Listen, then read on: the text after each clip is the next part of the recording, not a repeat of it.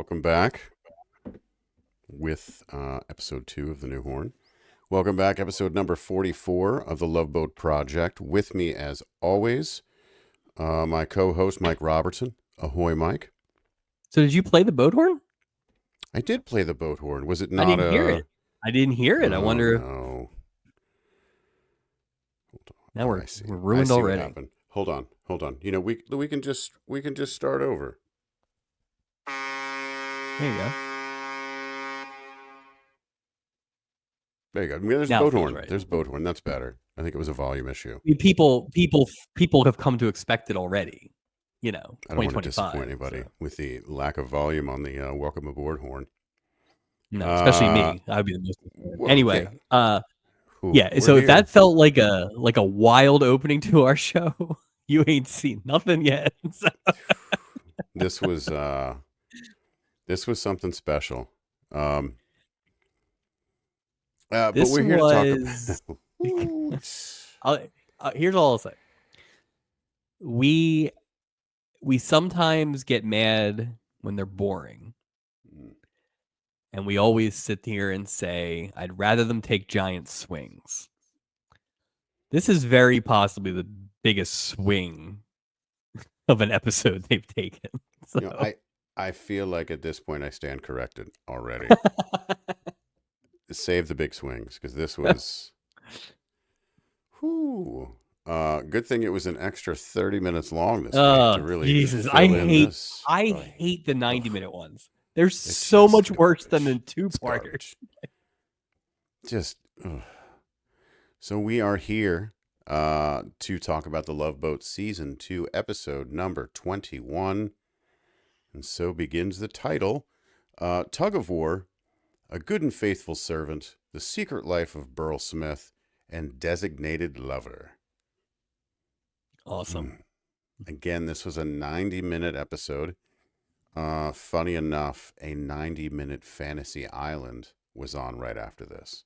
So that was your Saturday night. I think they did that.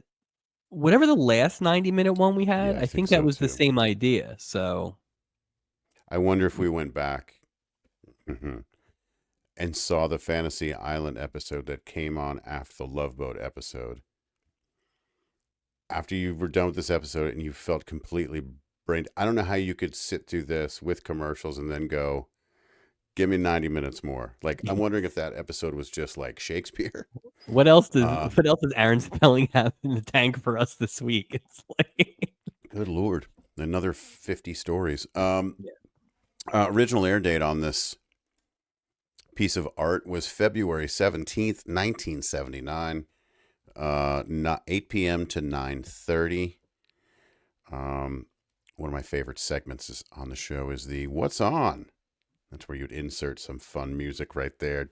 Right. Yeah. CBS. So again, we're crossing over into two blocks of hour television. Right. So you're in the 8s and in your. So this is 8 to 9:30, which again is pretty early for the Love Boat. For some of this sauciness. Yeah, I was gonna say there was a little sauciness in this one. So yeah. CBS, 8 o'clock, The White Shadow, episode titled Spare the Rod. Oh. Ooh. Coach Reeves' personal stance on corporal punishment in the school is unexpectedly put to a test when a belligerent student forces him into a fight. The coach? The coach, Coach Reeves. He's against corporal punishment. What's it? I don't know what happens. He's just going to take it. But that's not corporal punishment. That's self-defense. Yeah. Plus, it's just weird that a coach would have such a big stance on that. Like, it's just an odd thing to come down on. Thing. That's just like, he's like B.A. Baracus. He won't get on a plane. Coach Reeves, no corporal punishment. No. Just say no to CP. Anti. So if that's not enough for you on a Saturday night on CBS, hang on. Because there's a TV movie on at 9 o'clock. Ooh, Mike. This is a good one, too. I wish we would have watched this instead. TV movie, Murder by Natural Causes. Wait. Yes. That's a rerun. Are you sure? We did that one. Let me tell you the synopsis, and you tell me. Let me tell you the synopsis. Oh, you tell me. Okay. A lady tries to Yeah. convince her lover to give her magician husband quite a scare, so he dies of natural causes. An unfaithful wife, together with her lover, tries to kill her husband by scaring him to death. How did I not remember this Hal Holbrook, Barry Bostwick, Richard Anderson We talked vehicle? about it last week because Richard Anderson is Dr. Art Akers. Yes. So how That's so long weird. ago Did they was this really movie run it on? twice? How long was it? I wonder how long ago it was on Like a prior to month? this. Like a month? Yeah. It must have been a ratings bonanza. Well, you get enough Holbrook. Yeah. They love some Holbrook. NBC 8 to 9. Chips. A trucking company tries to put two independent truckers who were friends with Ponch and John out of business. Of course. Oh, no. So I don't. What if they're related to the lady truckers that we had last week? Oh, that's right. They're always undercover, or they're Yeah. uh, Trucks. I guess there's, well, you know what? You know what's funny? I show's think called sometimes when we talk Chips. about chips, I forget they're cops on motorcycles, not the motorcycle police. So That's I right. guess being involved in trucks is okay. Well, I mean, the second letter stands for highway. You know what I mean? So Yeah. tractor trailers, buses, etc., Parkway. etc. It's not Parkway. Parkway. It's not. Mm-mm. So, Mm-mm. 9 to 10. Here's a weird one.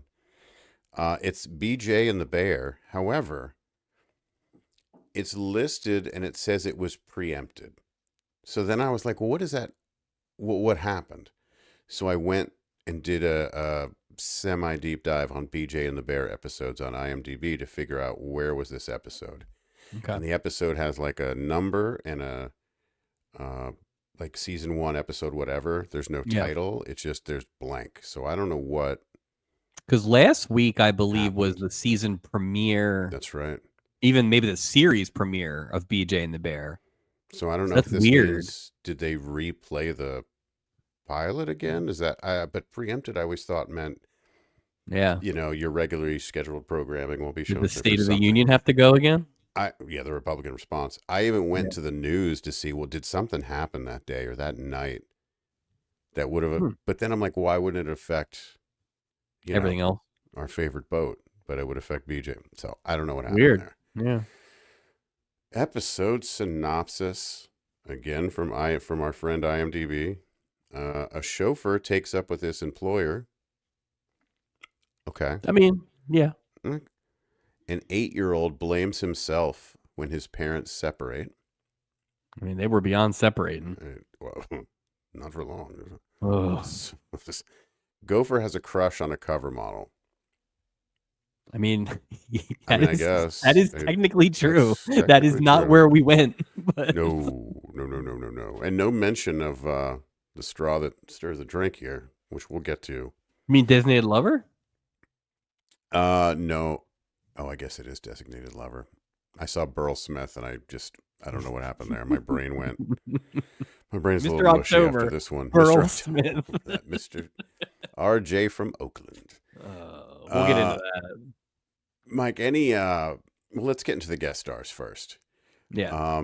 I just want to say right off the get-go, there was a significant Kernsing that Very happened much in so. this. There was. And I think we almost had a reverse Kearns.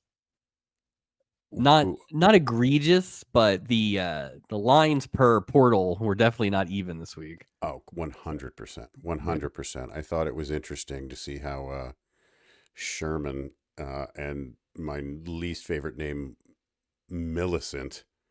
I must have typed that name 1,000 times in these notes. Like, see, let me say right now, I will be referring to everyone by their real name except the rich old lady.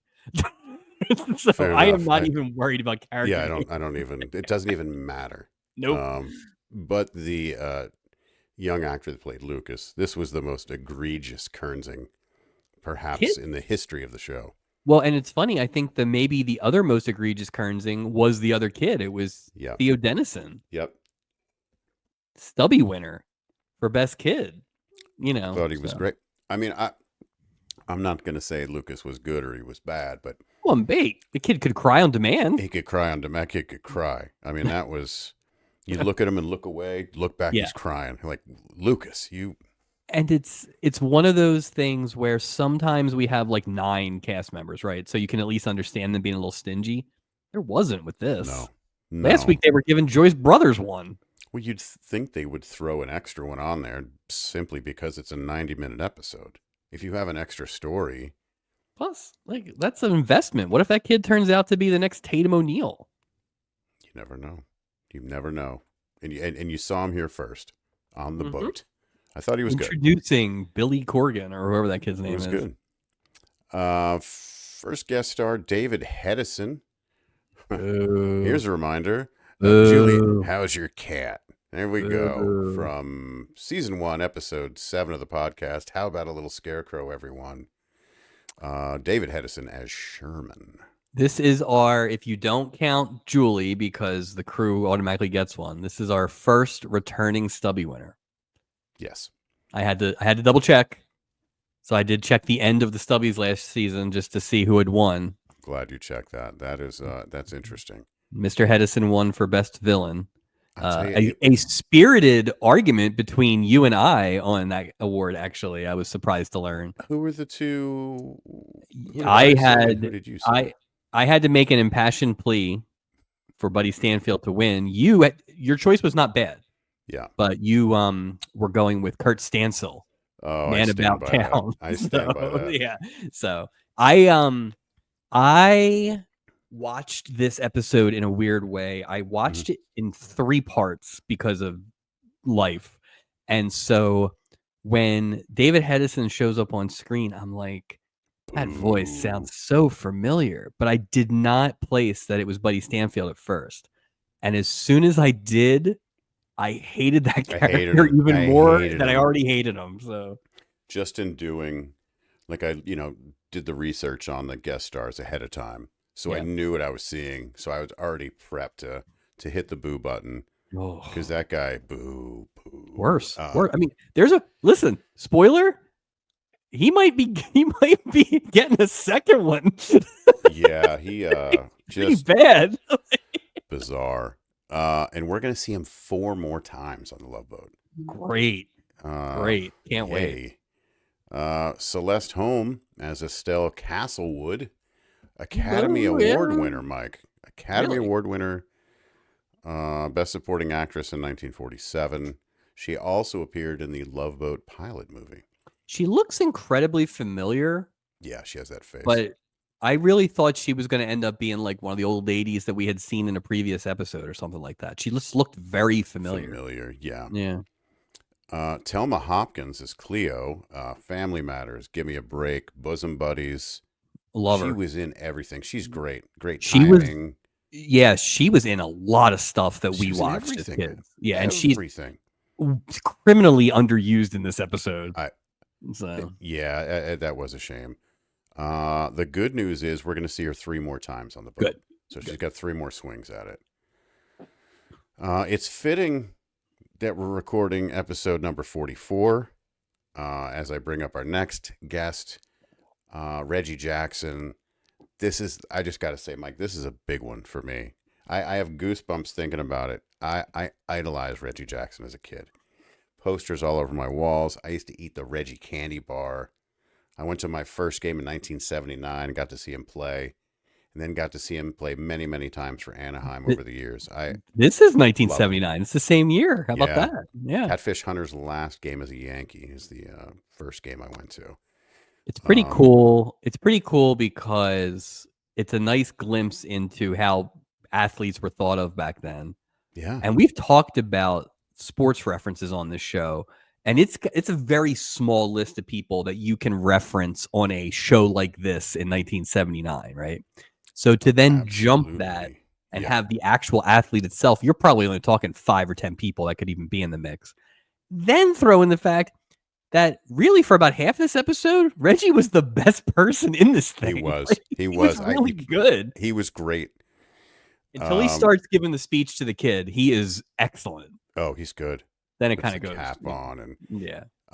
So if for those of you who don't know, Reggie Jackson, famous baseball player, known as Mr. October. Just to let you know why, he hit 3 home runs in Game 6 of the 1977 World Series.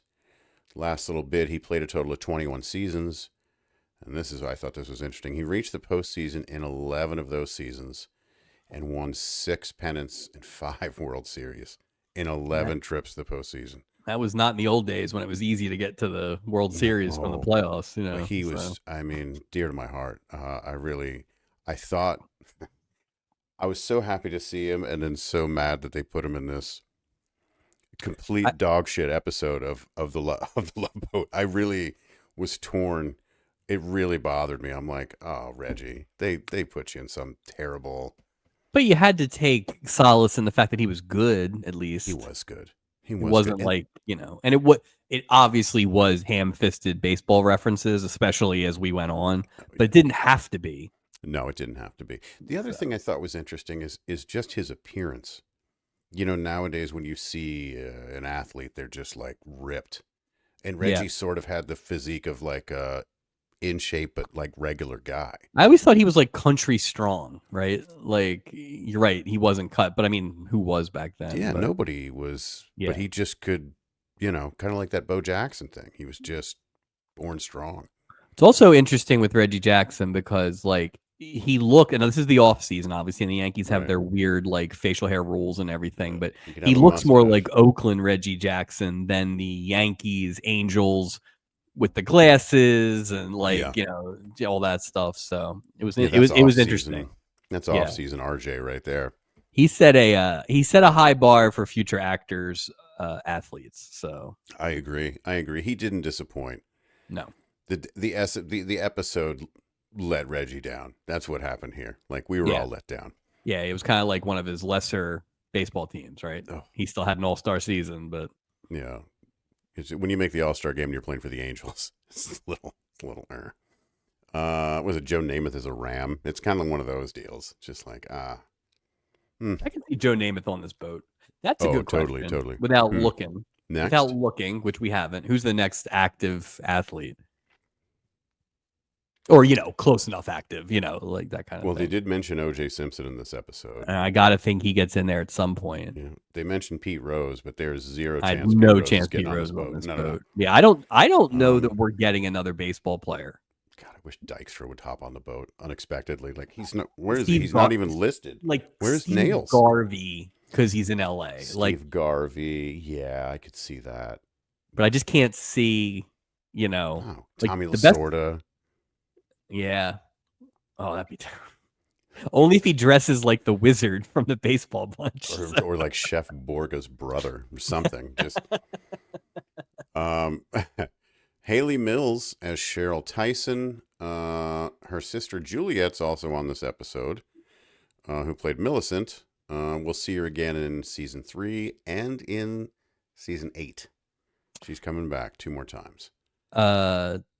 Haley Mills, of course, Parent Trap, which if you had a sister, or if you at least had my sister, you saw it about 100 times because my sister loved that movie. And then in about 10 years from this show, she would be the initial teacher on Saved by the Bell before they kind of moved them all to California. But this is like a weird middle time for her. And so whatever you think of that storyline, you got to give her credit. Haley Mills went for it. 100%. Like, she was not too good for whatever they were trying to do in that thing. She was all in. I respect that. Now, especially for a guest star. Ooh, yeah, her sister. Her sister is now, I believe, the second nominee. Yeah. For the Iron Man, or whatever we call that award, where you've been on multiple episodes in the same season. But her appearances have gotten progressively worse.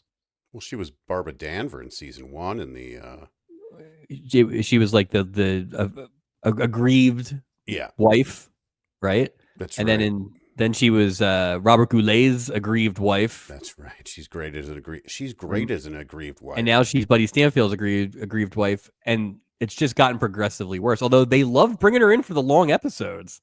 They really do. They really do. I learned a fact about her. Yeah. While researching her father, who was also in this episode. Mm-hmm. Do you know what Juliet Mills's maybe claim to fame ended up being in the late 90s, early 2000s? This blew my mind, not only because I can see it as soon as I saw it, but that was amazing to me, A. B, This is Juliet Mills. Juliet Mills. This is her third time on the show. We both have hosted episodes, which means we've both researched her. I did We're gonna not know see her this. 4 more times after this too. Good. I'm okay with her. I like her. I hate the way they ended that storyline, but I don't know what's the and again we've both researched her, but I didn't. Okay. So her father, John Mills, a very Yeah. famous British actor, Yeah, he he's great. passed away. He passed away in like the mid 2000s, and Sure. I guess he had gotten sick and was unable to attend the Daytime Emmy Awards in the mid 2000s. I was like, that's weird. Why would he be going to the Daytime Emmys? He was going because his daughter Julia was a nominee and I believe a winner for playing Tabitha, the witch in Passions, who had Timmy. What? Passions? Is that Don't the tell next me you don't project? remember. The Passions project? Oh, I know Passions. I just And you remember Timmy, the I do little remember Timmy. yeah, that was her. She's the witch. That's ridiculous. I cannot believe that we How made is it that through not 3 of these with her. I was so excited. I what's almost had TV to make a history? I almost had to make a Martini. I was so excited. Oh, Martini. So That's funny. That's yeah. great. We talked about her father, John Mills. He played Bertram. Bertram McDonald, tons of TV film, father of both Haley and Juliet Mills. A sir. Oh, Sir John Mills. A I like sir, that. which I was trying to think. Have we had any other sirs? We must Right? have had at least one other Sir. We haven't had weird things. We haven't Well, had when a Alec ton of British Guinness. men. Well, Well, he wasn't on. No, he wasn't. I don't know. Hello I only know there. so many Sirs. Yeah, I just don't think we've had a lot of British men. Was Roddy McDowell a sir a couple weeks ago? He should be a Sir. I love Roddy McDowell. Well, that's the housekeeping before we sort of get on this 90-minute cruise here, Mike. Anything to add before we jump on the boat? I'd like to discuss some heroes from season 1 who I believe maybe have fallen from their perch. Okay. Art Barr and Ben Jolson are back. Yeah, I saw that. They wrote Tug of War, which is the aforementioned Sherman Millicent storyline, which is quite frankly terrible and has no logic to the end at all. Nope. So I looked at what they had done this season. You're talking about in terms of writing or in terms of like their overall involvement? The storylines that they have done so far in season 2. Okay. Because as we know in season 1, we loved them. They were money. They were great. They wrote the best part of episode 5, which won the Stubby. Like they won. They were a lot of great ones, right? So, just what do you think of when we think back of these storylines this year? So they did Isaac's holiday in the opener. When Isaac was the captain. That was okay. That was okay. It was certainly better than the other stuff on that episode. Absolutely. So that was absolutely. Good. As far as the storyline, okay, that was a good one. Julie's parents, which I don't think was good in addition to Norman Fell being bad. Like, I don't think that was just an acting problem. Yeah, separating him from the story. I mean, it was... Yeah. It was fine. They then did the Jimmy Walker Ghost. Okay. That's not so good. They then did the Captain's Cup. Ooh, that's not so good either. Yeah, that's now they did this one. Now they're back with this one, and now they have storylines, and I think the next 3 or 4 episodes. So we're going to see them a lot. So it's time to put up or shut up for Barr and Jolson. Expect to be underwhelmed because they are on a downward trajectory. Yeah, that was not a great. It was funny. I was like going through, and I was like, oh, I wonder how this is going to look. And then I'm like, well, I think all of those. Not the Isaac one, but all the other ones have, let's call them distinctive acting choices in them, where it's hard to blame the writing, but it's not good. I mean, good. Are you writing Schneider polishing the banisters? Are you?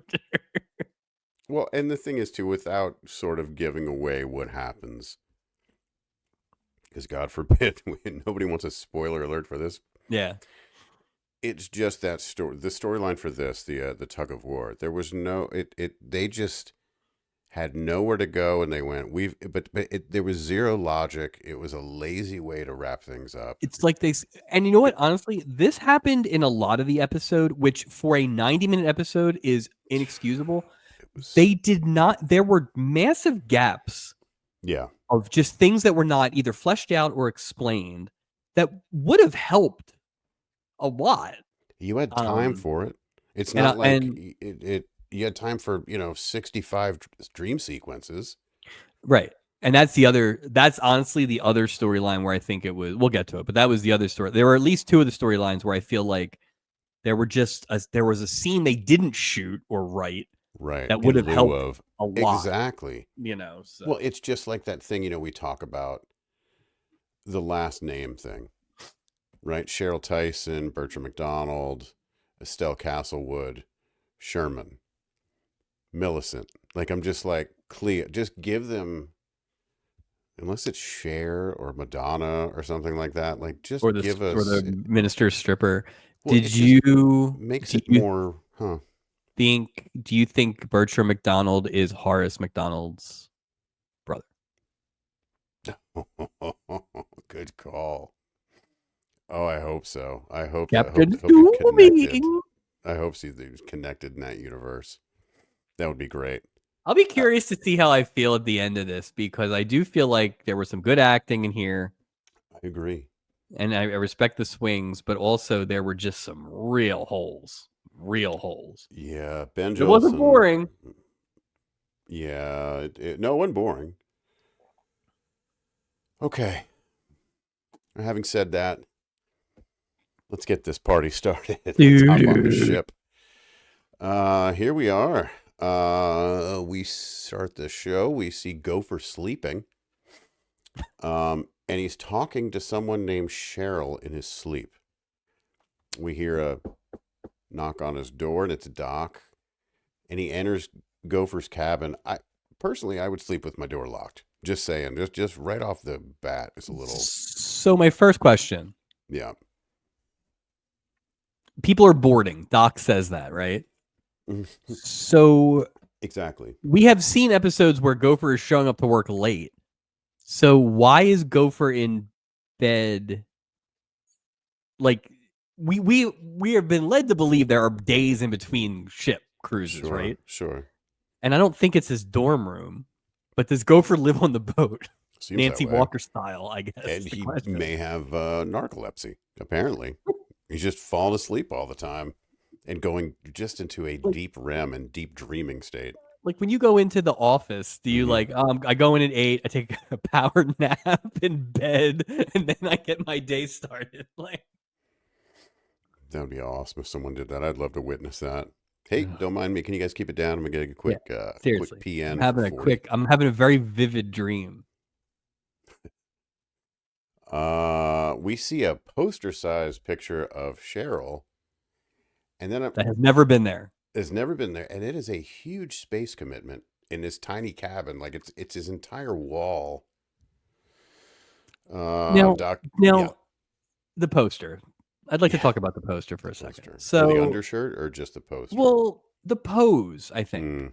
So it's not very modelly. Obviously, like the famous poster in the 70s is the Farrah Fawcett one, right? But she's looking at the camera. Right. It's a pose.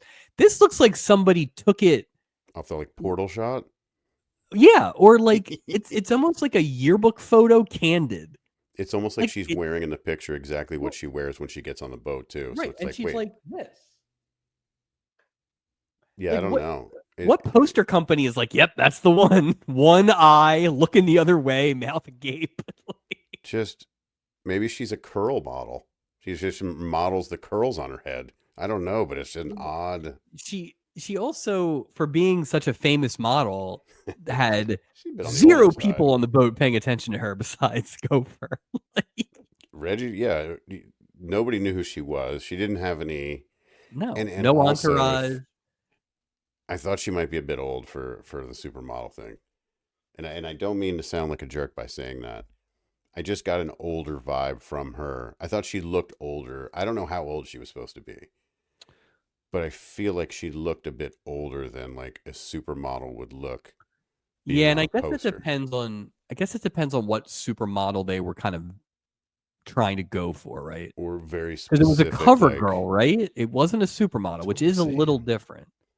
for what? Because I almost Cover girl wondered if for it was what? more of a Cheryl Tiegs thing.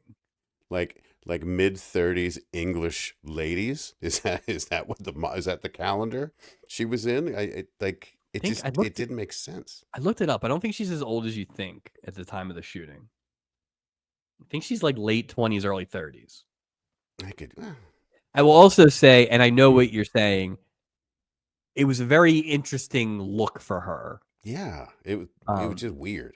It was yeah, and she never didn't look that way except in No, the dream sequences. So if you were kind of they didn't really like play her up, like there should have been a dinner scene where she was really like dressed to the dolled up, nines, and they looked like didn't a really model. have that. She had the But same again, outfit on pretty much for 90 right. minutes. And again, that's one of the things with this storyline is they just didn't flesh her out at all. At No, all. no, she was just the object of his whatever you want to call it, Right. obsession or Yeah. Doc yells, "Mr. Smith, move it now!" And I wrote the "now" in all caps, Mike, to show that he was yelling. Doc tells him to get up and to go to work before he gets fired. Gopher puts him on the pay no mind list, closes his eyes, and starts to talk to the picture of Cheryl. Okay, It's a Mike, pretty this is where the lame. episode goes right off a cliff. We are 2 minutes into the episode, sir, and we're already getting the first of many dream sequences.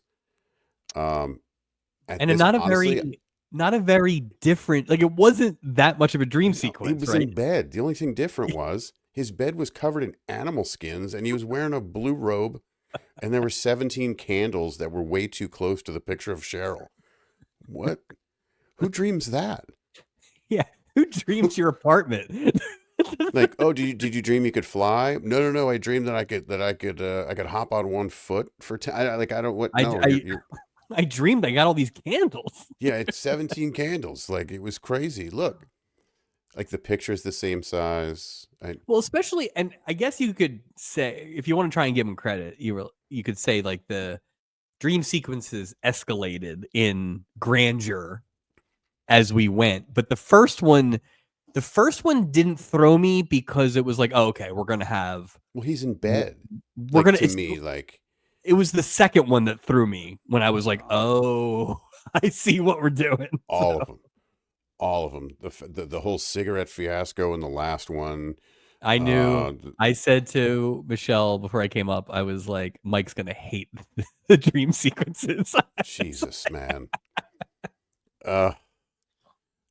He tells the picture of Cheryl that he accomplished the following. He climbed Mount Everest, dream sequence people, took a surfboard over Niagara Falls, and he walked a tightrope across the Grand Canyon on stilts. Waka, waka, waka. Gopher's then woken up again by Doc, and Gopher reluctantly gets out of bed. Hot start. Hot start. Hot start. Enter Bertram McDonald and Estelle Castlewood. Bertram's helping Estelle on the ship. And I was like, at this point, he looks like he's her butler / chauffeur, some sort of servant working for her. Yeah, he's got the chauffeur hat. You got the hat, like Seems like he's the head of the house kind of thing very because she's kind of leaving professional. instructions for the gardener and things like that. Very professional, too. And it's funny, they never brought up the instructions. Like, she's going to get home and her house is going to look like crap because he never Oh, delivered that's a that good point. anything. Do you think he did a ship to shore? To the gardener? Yeah. Well, didn't somebody steal the silverware last time? Yeah. You got to be careful. Bertram says bon voyage to Estelle. And after she boards the ship, he pulls out his cruise ship ticket. And I love how they show, like, we'll take all doubt by showing the name on the ticket, which is now the clipboard. He has a physical ticket with his name. Right. And there's no matching. And the room. Yeah. So he just found his. So what are they doing? Exactly. So, I could see why if are you someone's like confused, like directing traffic, but what's the right? clipboard have on it? It's Well, on your I ticket. Where's my it room? Let me see your right, ticket. right. Or They've read your never asked for a ticket. ticket. Yeah, They've never asked for a ticket. yeah. It's not like you get on the plane with your seat assignment and then you just start wandering up and down Yeah. the roads, right? It's Like, what do you do? Right, right. Because you know why? Because if you did, somebody'd go, "What can I do for you?" And right. they'd go, "Where are you sitting?" They go, "Can I see your ticket?" It it asked more questions than it answered, but It's ridiculous, man. I paused it and I saw the Hmm. name like live, right? So I was Yeah. like, let me just go back and look at this ticket. When they had the cabin assignment, that blew my mind because I really don't know what Gopher and all have been doing this whole time. Mm-mm. Uh, uh, so and he takes off his hat and boards the ship using an entrance that I've never seen anyone It looks like the go to their crew cabin. entrance. Yeah, it was weird. And it was almost near that place where he was shining that pipe and making those comments to Carol Brady. What's his name? Oh, It's like it's in that Schneider. same area. Yeah, Well, he probably. Oh, it's that's why that makes sense. Then it's the common man's area. Common Man. That's where Yeah, it's the Dusty common man Rhodes. entry. That's where Dusty Rhodes went into the cruise ship. Uh, Reggie. That's a terrible way to chant his name. I should have done so much better. Yeah, I'm just a little bitter. Reggie bumps into Isaac. He looks at him. I thought there was going to be a fight right there. I was like, oh, it's Reggie very and Isaac are huggy. about to, yeah. Yeah. He looks at Isaac and says, freight train. And Isaac says, Reggie. Interesting thing here. Isaac says that he can't wait to introduce him to his two best friends because nobody believes that he's buddies with Reggie Jackson. Doc and Gopher? Yeah. Yeah? I don't think Isaac and Julie are best friends. Plus, No, no. Julie wouldn't care who. No, she wouldn't. She would try Yeah, to marry him or something. Sorry, Julie. Uh, Reggie tells Isaac that he doesn't want anyone to know that he's on the ship. Um, Reggie asks if he can explain it to him, and Isaac's like, "Well, let me meet you in my cabin in 10 minutes." And I'm thinking, why don't you just tell him right now? You're the you're bartender not on the ship. doing There's nobody's any. even on the ship. Like, Also, he just kind of like gives these vague directions about his cabin. yeah. Also, isn't your cabin locked? Like, Well, what's Reggie supposed to do in the meantime? Just hide? Like hide behind a plant in the hallway? Like, what do you? It's uh, we meet Millicent and Lucas. Again, I wrote Lucas was Kearns. No portal for you, sir. Enter Sherman. No last name. By the way, enter Sherman. Boo, boo, oh, the heel, worst, boo. worst.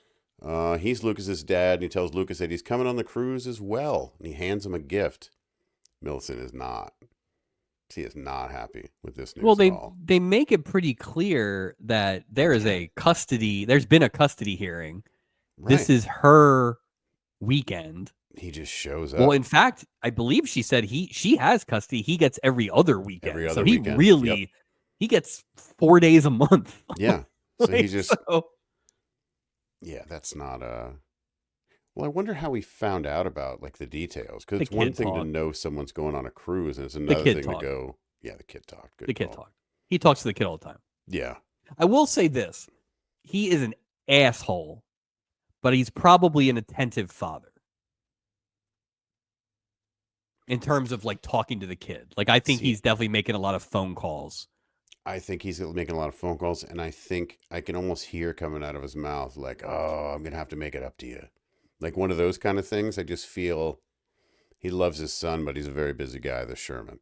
And I say Oh, that he's got a lot of real estate he's deals got a he's lot got of to real make in estate Puerto deals. Vallarta. Yeah, he's got a. And I he's gotta living go. like a quadruple life. Oh, yeah, absolutely. He's got a couple passports, dual citizenship. Like There he's was shady business. no reason for them to cross paths, but they No, very deliberately did not have Julie in any scenes with this guy. So I no, give them a no. credit for that. You got to at Be least funny have one appearance in between. Like they before never you did it can with Robert freely Urich and her. mingle. They were Yeah. always together. But yeah, you gotta separate that when it's that bitter. And So obvious too. yeah. What if Julie was just in the background tearing up his picture again? Just so mad. Imagine if his real name was Sherman and this is the wife and the whole thing, and it's like part of the whole. I mean, I looked at him as the same guy. Yeah, I kind of did too. I kind of had the same. Like I had a lot of disdain. And you know what? You know what's even worse? Same result. No comeuppance. Yeah, no co-op. Completely. Not only was it not comeuppance, it was just unearned. Zero logic went into it. Yeah, you'll see. Completely unearned. That's a good way to describe it. Yeah, she pulls Sherman aside, tells him that she has custody of Lucas, and Sherman has him on alternating weekends. He gives Lucas a gift. It's binoculars. How much fun are binoculars on a cruise ship? Oh, look, kid, look, water. I mean, it's more fun than at home, I guess. I don't know. Everybody was really jazzed about the view this week, so yeah, they really were. Like water, like yeah, everywhere. It's everywhere. Millicent is irritated. Tells Lucas to move along. All right. Gopher and Julie exiting the Sausage King elevator. I'd love to put a little plaque on that thing. Gopher sees Cheryl boarding the ship. This is just, come on. He tells Julie that his t-shirt has come to life, and he opens his shirt, and he has an undershirt with his with this Cheryl's is picture on it. You're an adult. You're an adult male. You have a giant poster of this woman taken by, I don't know, a bird watcher who caught her by accident. And the Olin Mills studio, just this awful picture. Yeah. And a t-shirt. A t-shirt? At work. And one of the problems with the Gopher piece of this is it's too much, man. It's too much. It's way too much. They could have just, you don't need to go to 20 Keep your with foot. This. Here's the thing. You're doing the dream sequences. So keep the non-dream sequences in some basis of actual reality. But to go over the top with that and then follow it up with the dream sequences, it just was too nothing. Much. It's way too much. There's just nothing to base it, like to keep your foot in, like. But also, going that heavy-handed on that, it bothers me because Gopher's so good. You don't have to give him a lot for him to be great. You know what I mean? The little comments, the physical stuff. Right. Well, too much physical stuff in this one, but it's just. Yeah. It was a lot, man. I don't know. Yeah. You almost have to take it as like it was almost like a Treehouse of Horrors situation where it's just like, this is not a normal thing. And we're giving Fred Grandy a chance to really show off his chops and everything. He's going for the Grammy, bro. But the storyline itself, you could have made it where it felt more real and then, 100%. So 100%. Because it would have been almost funnier for at least a portion of the story to be serious or more serious, because I think it would have highlighted the absurdity in contrast. Or here's a novel thought. Yeah. Let's flesh out Haley Mills a little bit. Yeah. For real. You'd be like, I just want to get away. I'd love to go on a date with a normal person. There's so much you could do. Here's a great one, because the end scene of this thing would make a whole lot more sense if at any point they would have shared their interest in old-timey stuff. A lot of these dream sequences would have made more sense if that would have been a scene where it was like early on, or even he references, like, I read an article about her. She's really into old-timey stuff. I'm into old-timey stuff. Like, she probably saw the giant, like, Stan Hardy poster in his room. But my question is, if she saw that and then she sees the giant wall-size picture, like, what do you even? I have to think he had to take that down, right? When he was going to have dinner with her in his cabin. He didn't know she was coming. Oof. Yeah. Oof. Stanley, there's a giant poster of me in this man's bedroom. I think he's going to try and have his way with me. Gopher lunges towards Cheryl as he yells, Miss Tyson, can I just see you for and then Gopher trips over something. I don't know what he tripped over, but he went flying. You know what he didn't do? He didn't injure his arm, We saw Gopher trip over a bag You got with that zero thing? running start last season Yeah. and had to wear a sling, homemade sling, the rest of the episode. This time he has a running start and he goes flying twice.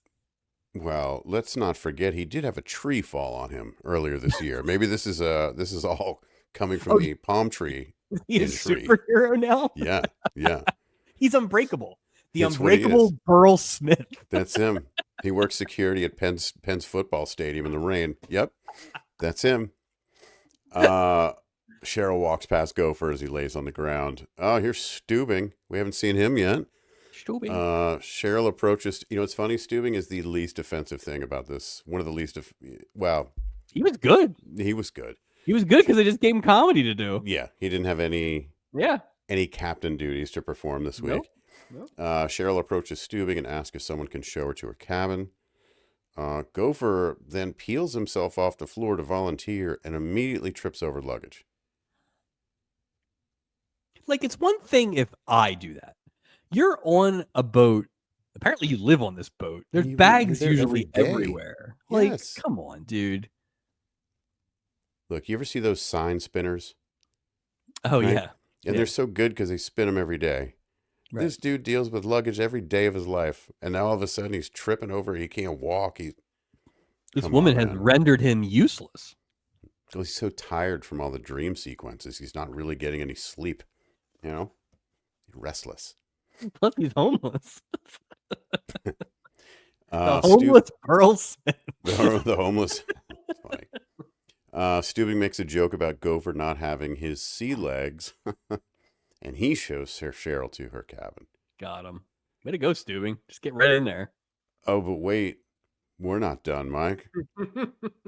It's time for another Gopher dream sequence. I told you. And this one is wild. And this, we haven't even gone to commercial yet. This is two dream sequences.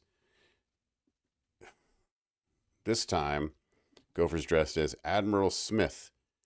And I wrote, and Stubing is acting. Calls Stubing a nautical ninny. Dressed as Adam Ant. Oh, that's funny. That's funny. Don't drink, don't smoke. What do you do? Yeah. Yeah, call Stubing a nautical ninny. But he's got this wild voice. Yeah, he does it. Each one he's got something. I think he's trying to be Richard Burton. Was he trying to do like a Mutiny on the Bounty kind of thing? It was a lot. Cheryl says that she's an admirer and shows her t-shirt with Gopher's face on it. Admiral Smith tells Cheryl to go wait for her in his quarters, and then he dismisses Stubing. Mike, this is 9 minutes into the episode, and we're already here. Of a 90-minute episode. Julie wakes Gopher up so we can help her with a giant line of people. Again, Mike, I don't know what they're waiting for, because if your ticket's in your... Could you help me read my ticket, please? Yeah, I do want to say Ticker Tape is back. I liked it. I like it in small doses. They really mixed it up. I think it was Stanfield and the rich lady, and then it was John Mills and maybe one of his daughters. One of them, yeah. Yeah. I was fine with that. I don't mind it as a like once in a while, not extended, or like we had said before, like if it fits the storyline. 100%.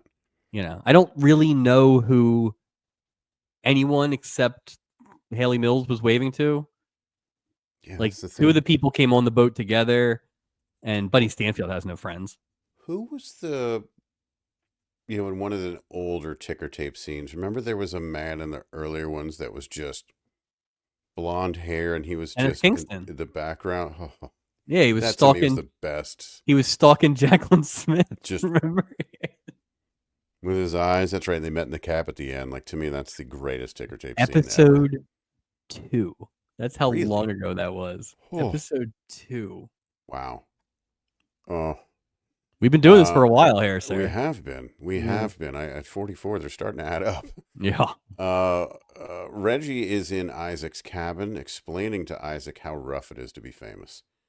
And Reggie says, I just want to get some rest. So Isaac says, while you're on the cruise, you're not Reggie Jackson. He's RJ from Oakland. Quick note. I bet Isaac's cabin smells better.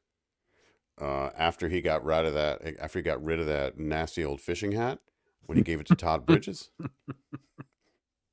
How long into this conversation before he tells Reggie about Roxy Blue? Also, why does no one from Isaac's past know that he's on the boat? Everyone's shocked. Everyone's like, I didn't know you worked on this boat. And everyone's like, man, it is a small world. You know what I mean? What a small. Unless so the ship was sailing out of Oakland for a while. I don't know. They make reference to junior high, and they make reference to Reggie and Isaac being friends in Oakland. Mm-hmm. Reggie Jackson went to school in Cheltenham High School in the greater Philadelphia suburbs. Mm-hmm. He didn't play for the Oakland A's until 1968. So unnecessary lying there, guys. You could have just said, well, they had to I've match known you him for up with 10 Isaac, years, and I didn't know your nickname in high school. So. Or it could have been like, hey, man, do me a favor. Will you do me a solid? Where they don't know each other. Just, can you do me a favor? I don't want to be noticed. I just want to. You didn't have to have that link up. I don't care that everything else I'm okay with. I'm fine but because they have established that Isaac is from Oakland. Right. Reggie Jackson played baseball in Oakland. That's easy, but just like. But not. Right. I see what you're not high school buddies. No. Unless Isaac came to Cheltenham High School. He randomly. did. He could. He was bi-coastal. Bertram is entering the pool area with a lady on each arm. Look at this guy. Yeah, but they're his daughters. I know. I wrote that too. Like, look at this guy. Whole thing walking with his daughters. This whole thing just felt like they really wanted John Mills, and he's like, I'll do it, but I want to do it with my daughters. And they were like, I have absolutely. to dance with one of them, but not the other one. Yeah. And I want to have a really weird, poignant scene with the other one. The other one that I don't dance with. Yeah. But it's like, it didn't really distract me from it, but I did look at it in a different way. I did a double take. Yeah. And I marked on here, I'm like, he's dancing with his daughters, just for the record. Right. Or he's walking in with his daughters. I'm saying, yeah, that was. But John Mills was so charming that I don't care. Straight. No. I really don't care. Yeah. So. Because I know he has the best of intentions. Yes. You know what I mean? Absolutely. I just feel like he's a classy gentleman. Absolutely. Bertram is asked if he's a salesman. His answer is very clever. Transportation analyst, amongst others. Dabbled in silver and thoroughbred dogs. Here comes Steubing. He's all, I'm all fired up. Let me ask a question. He says, are you involved in the markets? Stupid Steubing. This is your great question. Like, Bertram says, I'm in and out of the market all the time. I thought that was funny. Steubing loves give him this. He's magic tricks. Fellow. He is always interested in other people's professions. Well, the most just ridiculous facts. Like, where are you from? You know what I mean? Like, what brings He's advertising people are animals. I just think in captain school, maybe they should teach you how to ask, maybe harder hitting questions than, are you involved in the markets? Vague. Like, what are you talking about, dude? Listen, he's tired. He's had 2 straight actual captain's tables. He's exhausted. Well, he just acted. He just acted in that dream sequence. That's true. And hey, that acting is going to pick up here at some point. Oh, yeah. He's going to be transformed. You won't even recognize him almost. I don't even want to. Good luck explaining that one. Oh, boy. Bertram is spotted by Estelle Castlewood, who's sitting by the pool. She seems stunned to see him. He walks over to Estelle and tells her that he's vacationing. She asks him why he wouldn't tell her. Here's where it gets interesting, Mike. He says, I thought you might disapprove, and that he's been saving up for this trip a long time. $38? Is that what? It's expensive. What's expensive this week. $46? Well, in the 70s, that's like $10,000. Well, it's expensive. It's expensive this week because we have a supermodel, and this guy had to. And a rich lady. And Reggie's on there. It can't be. Yeah, it's very expensive this week. So is his assumption of her qualms that, I'm on the same vacation as my servant? like in terms of like like stooping status. and the lady who like you can't sit at the table Yeah, because of that kind of right. thing. It's like it makes my being on here look like I'm slumming it or something. I think she just never even, the idea never even occurred to her. I think she was just surprised, Yeah. if She should have had a nothing else. monocle fall out of her eye. Oh, he should have had a monocle like just the whole What was time she gonna do on that trip? by She didn't really herself. You know, she never like had a book in her hand. She's nothing. just She there just to. kind It of was the view. She loved the view, Mike. She wanted to look at oh water. view. Oh, look at you know, look at the These ripples people going on of. vacations by themselves is bizarre to me. I had a roommate that went on vacation to like some tropical island by himself, and I was like, "What are you doing? Like, I wouldn't mean, you?" unless you're gonna use the cruise as like, you know, a hookup spot. I mean, it is the Love Boat, but at least you would think you would go with somebody. Right. Just in case it doesn't work out, or you know, just to have a ride I or mean, like someone if else you're going there. single, Like, you're sort of on a mission, like a la Suzanne Summers. you need somebody to sign your consent forms. Something, So yeah, something. I need a emergency contact, basically. Yeah, it was weird, yeah. but he does say he does apologize. He says he apologizes if he's embarrassed her in any way, and says that it's a big ship.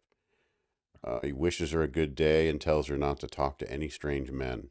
And you Yep. kind of okay. Gets a laugh track on that one on the way He's out. great though. He's just great. His He is. speaking He is voice is effortlessly charming. This is the most charming guy we've had in a while. he rule. He doesn't even leave footprints when he walks. I No. mean, this guy's just great. And looks fantastic in that white tux.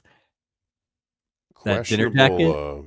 Oh, the dinner jacket's fantastic. Yeah. There's Yeah. a weird choice coming up later that I wrote some notes on. A weird shirt. You know, we got to focus on shirts when the episode is this bad. I got a Oh yeah. wandering It's mind. fashion. Real Yeah. fashion faux pas on this one. Oh, yeah. Gopher's at the poolside bar talking to Isaac. Isaac tells Gopher that you got to play it cool, and then spells the word "cool" for him. And Like a Gopher's pack like, of cigarettes. "Oh, yeah, K-O." Isaac offers Gopher a shot of cognac. Mike, a shot of cognac is. It's like Don't you 10 in the sip morning that? and he's working. Like, I've had some cognac with like a cigar or something like Right. that, where you sip it a little bit. Or, Cognac is the definition of savoring, right? but he said a Like, shot, like, and he was pouring like, and when he poured the milk, he poured it in like a snifter. So it's wait, like or he you got want the a shot cognac of glass out. Isaac only has the one glass. He's going to use it no matter what. snifters for everybody. Yeah, Gopher tells Isaac he's on duty, and Isaac offers him milk instead. Oh boy. Here comes Reggie, and I wrote he's clearly dressed as Reggie Jackson. There's no attempt here to disguise himself in any way. He's more dressed like Reggie Jackson later. Yeah. Oh, that's funny. That's gonna be my Halloween costume next year. It's just walking around with the sign. No one's gonna get it. He asked Freight Train for one of his mean pina coladas. Always with the pina coladas. Always. I mean, look, I will say this. For me, that's my favorite vacation drink.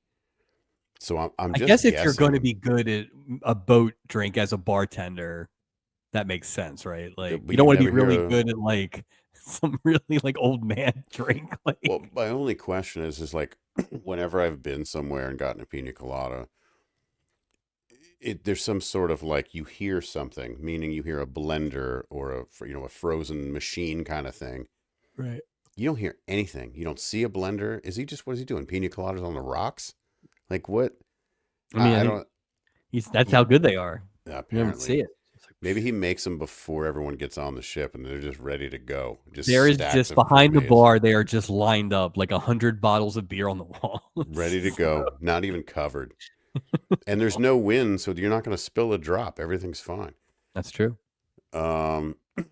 Yes. Freight Train for his pina coladas. Isaac introduces RJ to Gopher.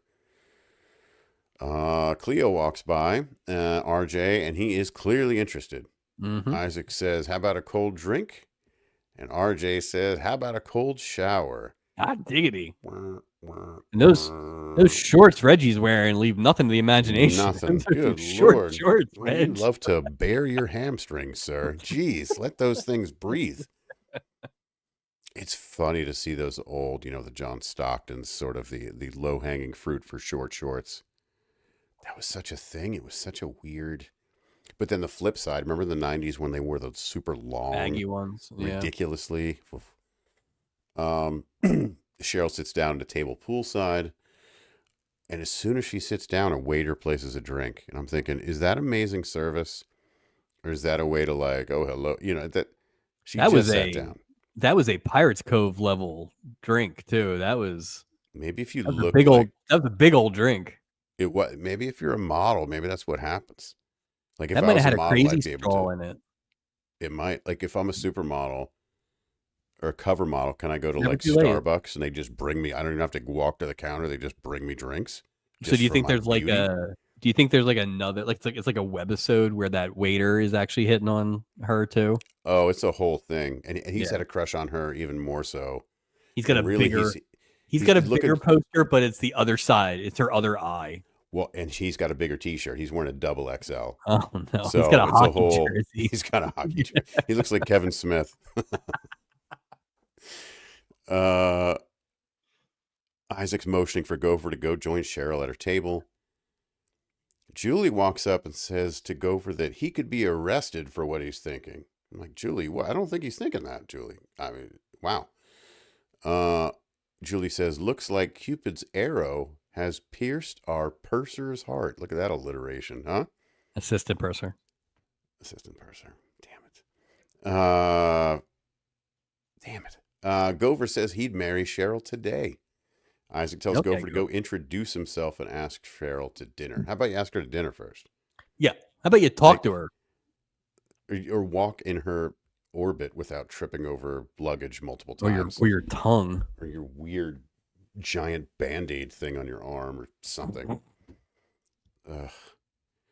And he's all milk drunk at this point, too. So God knows what he's going to do. Gopher walks up to Cheryl and tries to introduce himself. Stubing asked her to join his table before he has a chance to ask Cheryl to dinner. Damn, Stubing. The classic cock block of Meryl Look at this Stubing. guy. He has improved so much in season 2, the back half here, but man, he is just stepping in front of everyone. Just the timing, just swooping in. Cheryl asked Gopher what he was going to ask her, and he asked her to sign his underwear.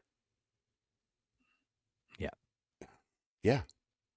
Like Julie says that at one point that like God. he has interacted with other people before, and it's okay to be starstruck or awestruck or have a crush and all that stuff, but like there's a level of, and because they never stop it, it's just like this guy is not like unhinged normally. You've just taken the character and thrown him in the garbage. Well, and keep in mind too is this again. This is a 90-minute episode, and they started this build to Gopher's crazy 2 minutes in. We've already started. Yeah. Like they built this thing so fast, and We now got it's a lot of this room. giant snowball out of control.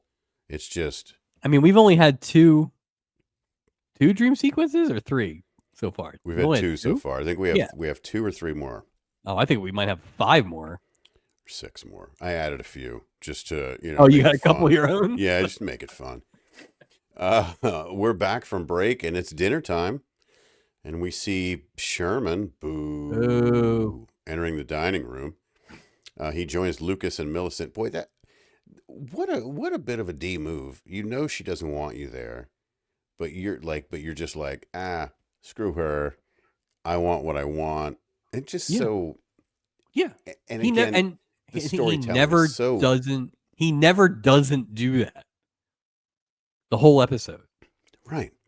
But it's just, there's no rhyme or reason. They're just like, the writers of this, it's just terrible. Like you're just smashing things together. There's no logic. There's no. Well, and it goes back to things we've said about other episodes, other storylines, especially this season, I feel like. But you never gave me any reason to like this guy. Forget that it's Buddy Stanfield and I couldn't get past that. But like the character of Sherman, you never gave me anything. Like, there wasn't even that scene where it's like, how do you remember the good times? Or, there was none of that. Nothing. No, there was nothing. He was just a heel. Yeah. And then even when he gets the opportunity later on, he flummoxes that. But he won, so I guess it doesn't matter. But the whole thing is I feel like his actions as we go through this episode with Sherman, I just think he's so selfish. And I Yes. know what he's trying to do, like on the outside may appear like I'm doing it but I don't feel that his character was really doing that. I feel like he's and just if an anything, ass. and I know I said earlier that I thought maybe he was a good father, but also he might be a good father in order to help himself. Right. So. Yeah. And the thing is too, is they didn't really say if there was an event. I mean, they say they grew apart, but I just wonder, was there an event that happened? Did Sherman do something? Did something significant happen other than just like the growing apart? Like Juliet Mills at one point gives a pretty substantial amount of complaints about him. Yeah. And then he's like, "You're inflexible." Like, she's like, I can stretch more. Like, no, I don't mean it like that. Not like you're Mr. Burns. I feel bad for Millicent. I think she's made a terrible mistake. Oh yeah, Sherman's a train wreck, dude. Forget Lucas for a second. Sherman's just Millicent wants him to leave the table immediately. You can tell she's just not having it. What do you do in weird situations? Pull out a gift. So he pulls out a gift and he gives it to Lucas, and it's a penknife. Interesting. Add penknife to the list of items available at Project Merch Shop. Also, I'm shocked that somebody on that work release program would be allowed to work in a store that sold weapons.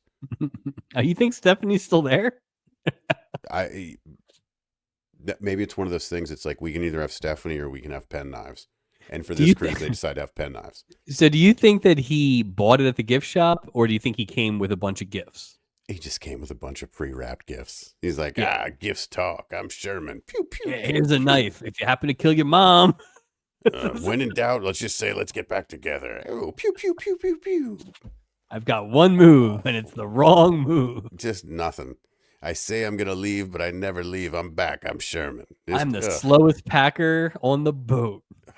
I'm Mr. Don't Get It. He just does not get it. I really hate that guy. It's just Sherman and Millicent argue over the penknife and Lucas's super fancy jacket.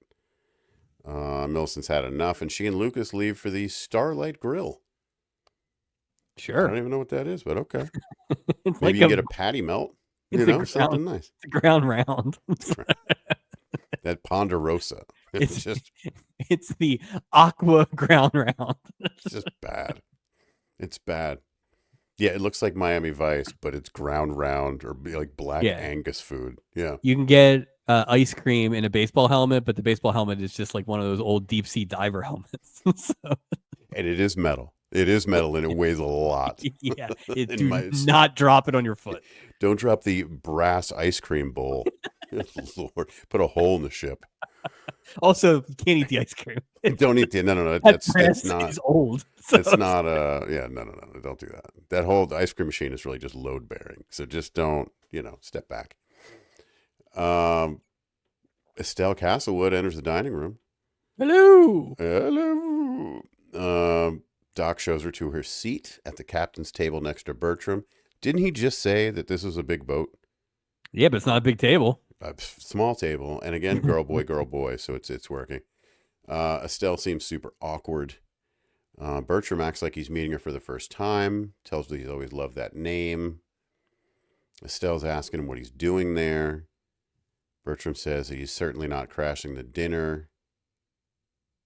Why would you say I'm certainly not crashing the dinner? She said that she was invited by the captain, and he indicated that he had also, because as you know, Steubing's got Bertram goggles. So he loves this guy. Yeah. Tell me about your market experience. Yeah.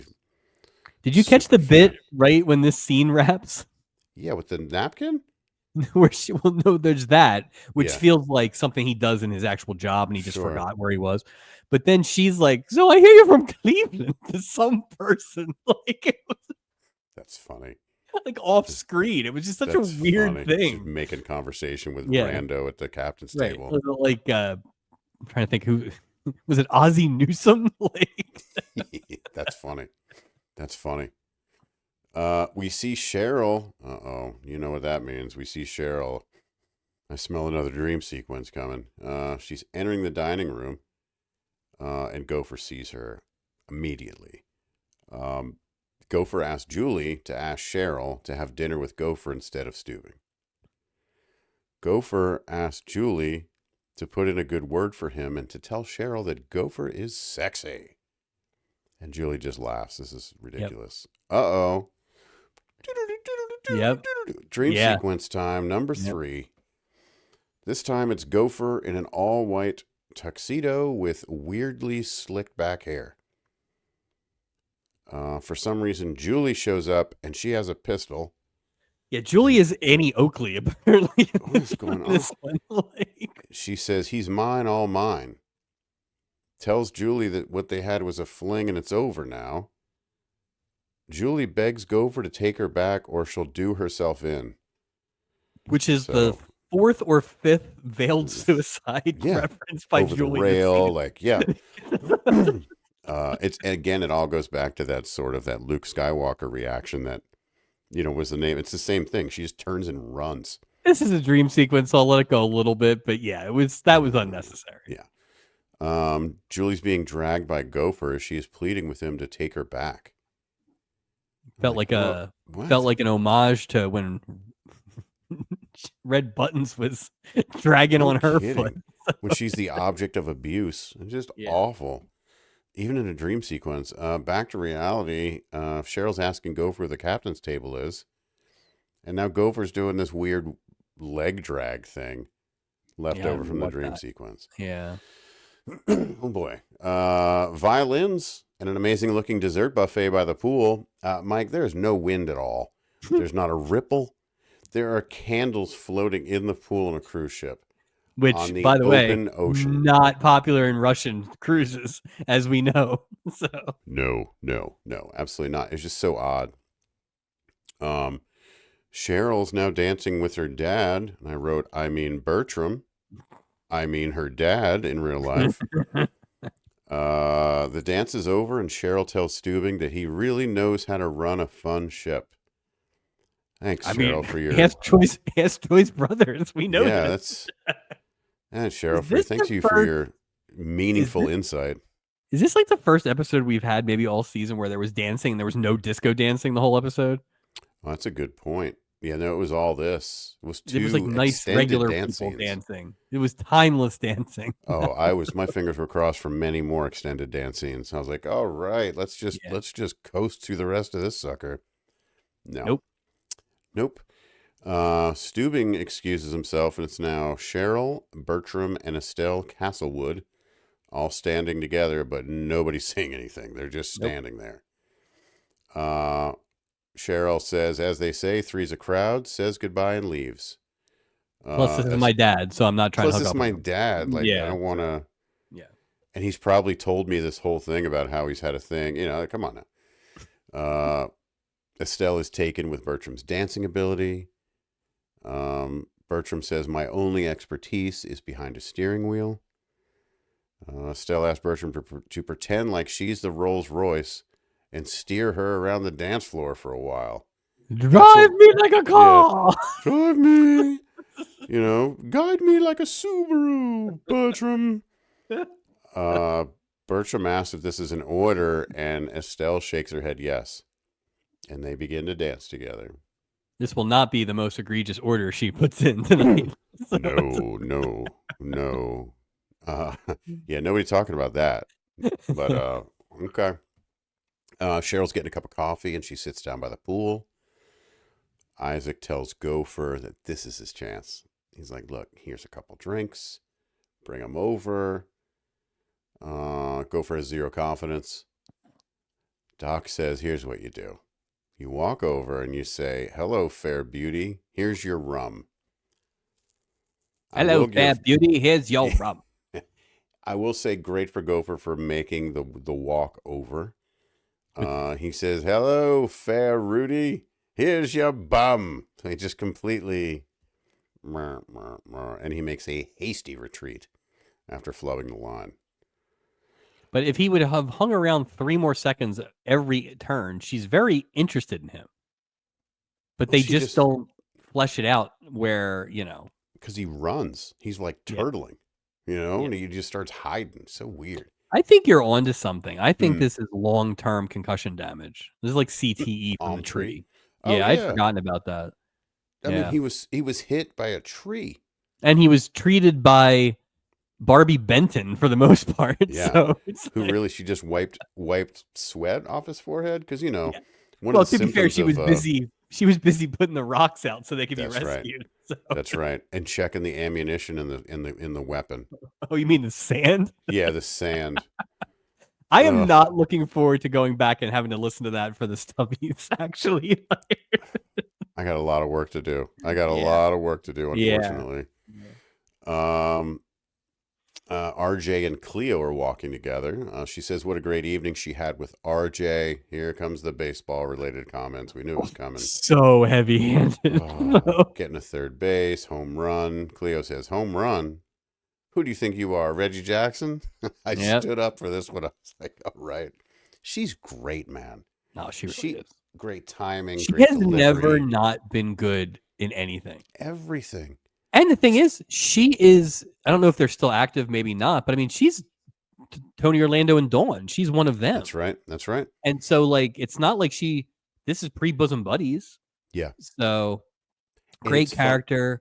I fell down a Give Me a Break rabbit hole maybe 6 months ago and watched a couple episodes because I hadn't seen that thing. I haven't seen that in a long time. And her and Nell are just going at it. Like, I think the chief had just died. She's great at being like the neighbor. Or the best friend. Yeah, the best friend. Yeah. Like, she's just... Yeah. She's like the Ethel to a Lucy. She's perfect for that. I would hope that if she's on 3 more times, it's when she's got a little more cachet and can get a little bigger part. Because she is just... She's really good in nothing in this thing. So again, I would love to see if we could, like, for a season, if we could pick, like, an all-star list of guest stars that we'd want to see, like fantasy book, the first 3 seasons of nothing but all stars. Well, and I agree. And a version of that are people that were on, but didn't get enough to do. Yeah. And that's definitely where she falls. Jim Backus is another one. Yeah, I agree. I thought she had so much more. There was nothing. This storyline that is just. Which, again, you have 4 storylines in 90 minutes, and you had 3 scenes with her, and one of them is on the way out the door. Like, we're back to Millicent. She's putting Lucas to bed. It's Lucas's birthday tomorrow. All right, Lucas. Sherman walks in the cabin, just walks right in. Oh, this guy! This guy is just zero respect or anything. She should have shot him. She would have been exactly international waters too. That's shady at best out there. No, and not even like knock open, which is still not appropriate, but at least it's something. Yeah. What if Millicent had a gentleman in there? I mean, Sherman wants to take him skeet shooting tomorrow. Oh, we're back. That's good for an 8-year-old boy.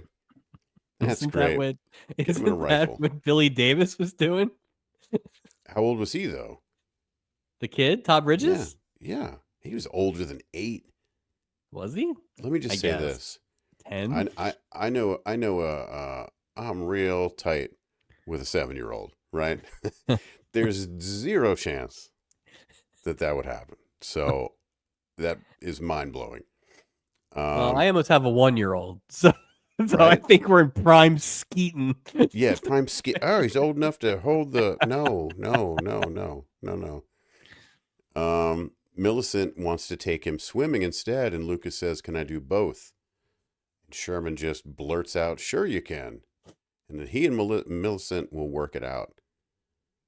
Again, this guy is such a heel. This guy's awful. He really is. He is the pure definition of the worst. I wrote, Millicent's had enough, and I've had enough with writing the name Millicent. She rips into Sherman, accuses him of sabotaging her cruise with Lucas, which he totally is. Lucas hears all this. He hears his parents arguing about splitting the next day with Lucas. They say they've been arguing about Lucas since the day he was born, and Lucas is crying now. So he overheard all this. Oh, he is crying. He is crying big boy tears. That He's is some good. acting right He's there. acting like big old fat tears. Good for you. Yeah. Right to break, right? Cry to break. Cry into break, and you get the violins going. Come on, that's good. We are back from break. At this point, I'm almost winded. At this point, I started drinking lots of Gatorade because I was really starting to run out of steam. Wait till I start singing that song. Oh, no. Oh, no. Estelle and Birch. Oh, no. I know exactly what you're saying now. Mm-hmm. Oh, well, that's something to look forward to. I've been holding it. I've been holding it in. Estelle and Bertram are on deck laughing and drinking champagne together. She loved the dancing. She tells him that he's charming. She's just laying it out there. Oh, yeah. And I wrote it. Estelle looks like she wants to engage in some smooch. Bertram tells her it's getting late and he should walk her back to the cabin. This gentleman right there. Julie's with Cheryl and they're talking about how men love Cheryl. She asks Cheryl why she's still single. Oh boy, we see Gopher approaching. That could only mean one thing, Mike. Here we go again. This one's really bad. So now Gopher's wearing a suit of armor with the letter G on his tiny shield. Julie and Cheryl are dressed as maidens, and they're saying how brave Gopher is. Gopher says, "It is I, Sir Gophalot." Sir Gophalot.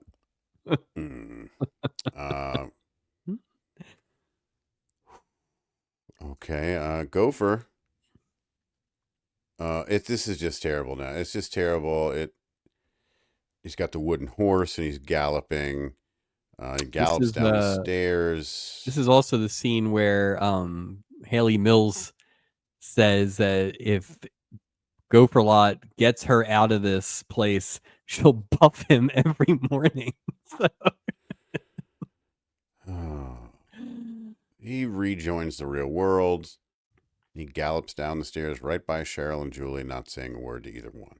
Great reaction by Julie because she doesn't say anything. Yeah. She just looks kind of like, I think she looks in a way that like connotates I don't know what's going on here, but not overreacting. Yeah. Also, I would like to say, as a show that has brought up a lot of Julie's like poor fashion and all that stuff, I think she looks very, very nice. Her hair looks good. Her hair looks good. She's wearing kind of normal clothing. Yeah. No, I think she looks really good. I don't know. I don't know how far into the 80s we make it like this, but Julie is a good look. Good look for Julie. You know, I kept thinking, watching this episode, I'm like, God, what would have saved this episode? And I went, Vicky.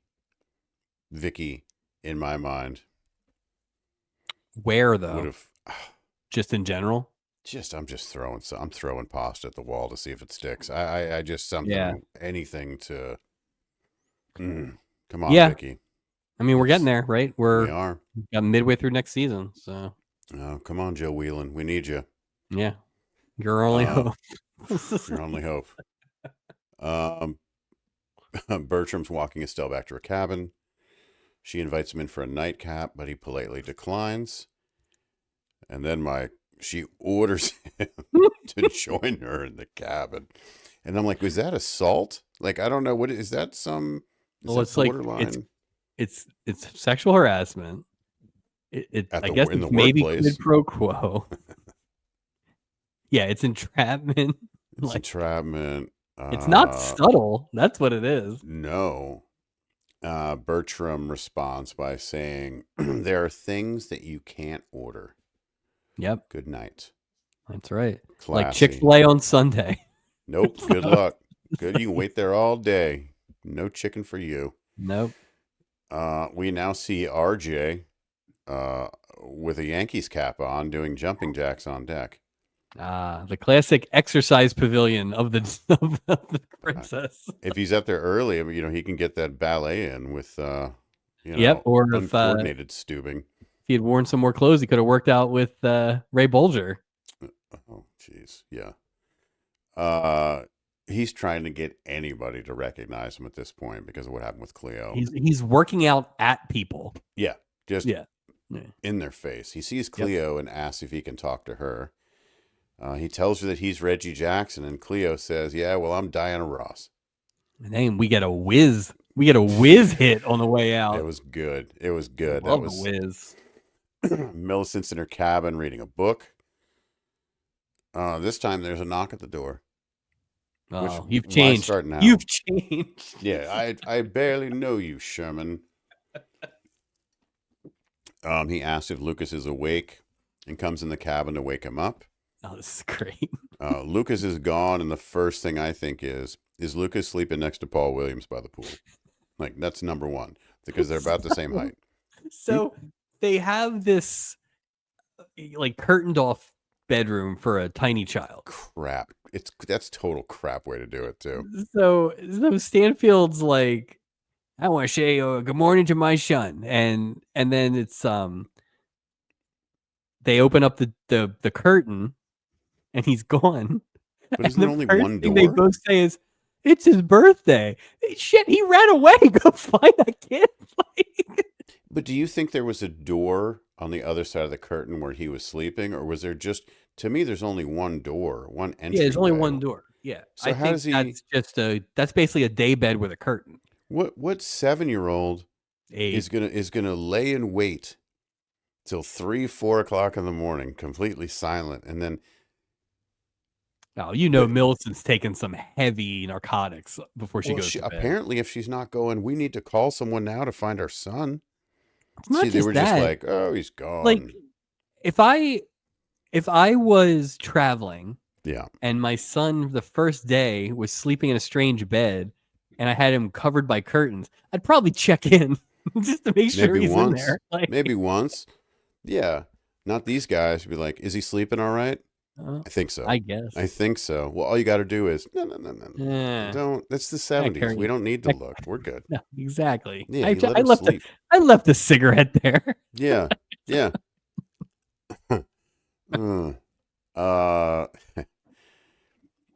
Estelle's walking towards the pool area, and we see Bertram enjoying some coffee. Here's the shirt thing. She reluctantly joins Bertram. Now, I don't know if you noticed this. He had like a pink button-down shirt on with the sleeves rolled up, like the collar. But instead, he had it unbuttoned, and the collar was sticking straight up. It looked ridiculous. Which could have been an accident. You're not a sir. He's a sir. Oh, so. You know what? Maybe that's a sir shirt. I take it back. I don't know what I'm. Yeah, that's not. No. I'm not. Yeah. Yeah. It's okay. I'm not in the right cast to make that sort of comment. You just wouldn't. How would you know, right? How would I know? You can buy sir. You can buy sir approved clothing in the merch store. Yeah, the merch store too. The collar doesn't lay down. That's the thing. Oh wait, the Perch merch store. The Perch merch store. I like it. You can have a whole Bertram line, like of clothing and combs, little mustache. Yeah. Yeah, little hat, Brill cream.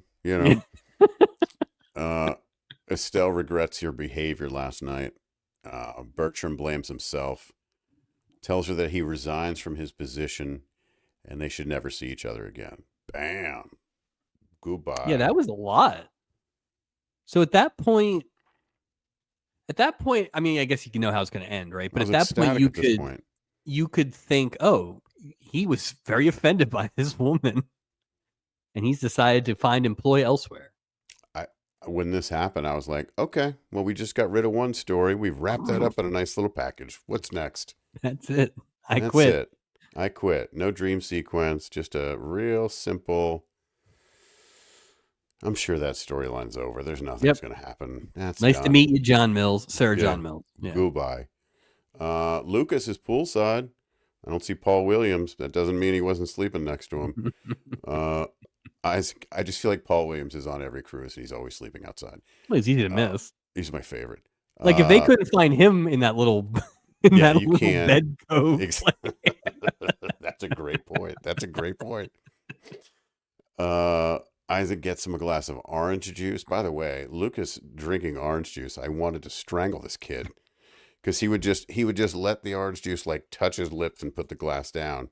And then I was thinking, is that how people drink orange juice? Like, He was doing a lot of orange juice acting, especially in the Reggie scenes. Like, are you allergic to it? Drink it. What are you doing? That's why he got Kernsed. He wouldn't drink the OJ.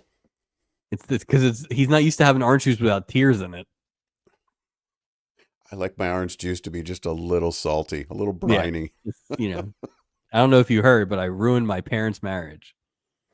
I didn't run away. I soaked my bed with tears. I couldn't sleep in there. It was wet. I flew out of there like a slip and slide. I need some sort of chamois system. I don't know what I'm going to do. Here comes RJ, and he wants everyone to know who he is again. Walks up to Lucas with Isaac. Isaac introduces Reggie to Lucas. This is where Reggie's appearance kind of took a tumble. Yeah, Lucas said, "Oh, I thought I recognized you," but then Reggie said, "Oh, you must be a Pete Rose fan." Yep. By the way, Pete Rose is never appearing on the Love Boat. There's no way. No, he would be terrible at it. Although Pete Rose in this timeline just signed with the Phillies. He would have. Yeah, he would have been. But yeah, I can't imagine. I can't imagine Pete Rose being a great act. He would have been a good Mike Kelly. He would have been a great Mike Kelly. Yeah, actually, right. Bowl haircut and everything. Just. What if Tom Seaver would end up on the boat? I could see that, the crossover. Yeah, I do think Garvey might be our guy. Not that he deserves it from like being in the best baseball player. You know what I mean? He was like, yeah. Let's see. Reggie tells Lucas that he struck out 5 times in a row and didn't want to tell anybody about it. Reggie urges Lucas to talk about what's going on. He says his parents argue all the time because of him. Says his parents don't care. And Reggie's just determined to use baseball to explain that Lucas needs to talk to his parents. You know, if you check swing and the ball comes up, that's when you go to first. And if the throw misses, you go ahead and like, Reggie, you have to know something in life other than baseball. Right. Like, come on, dude. And then the other, what was the one where whatever he said, you got to tell, you can't get your signals if you don't give you signs or some nonsense. And Isaac's like, yeah, what he means, or in other words, like Isaac actually explained it for the people who couldn't decode that message. He's like, you got to take so many heaters before you swing at a curveball, right? And he's like, what he's trying to say is, oh boy, yeah, you got to put a third infielder up into the right field when you have a strong left-handed hitter. What? Why didn't Isaac go? I know what he's trying to say. Hey, Reggie, can you talk in normal terms? Can you? Life is not baseball, sir. Can you just? It gets worse.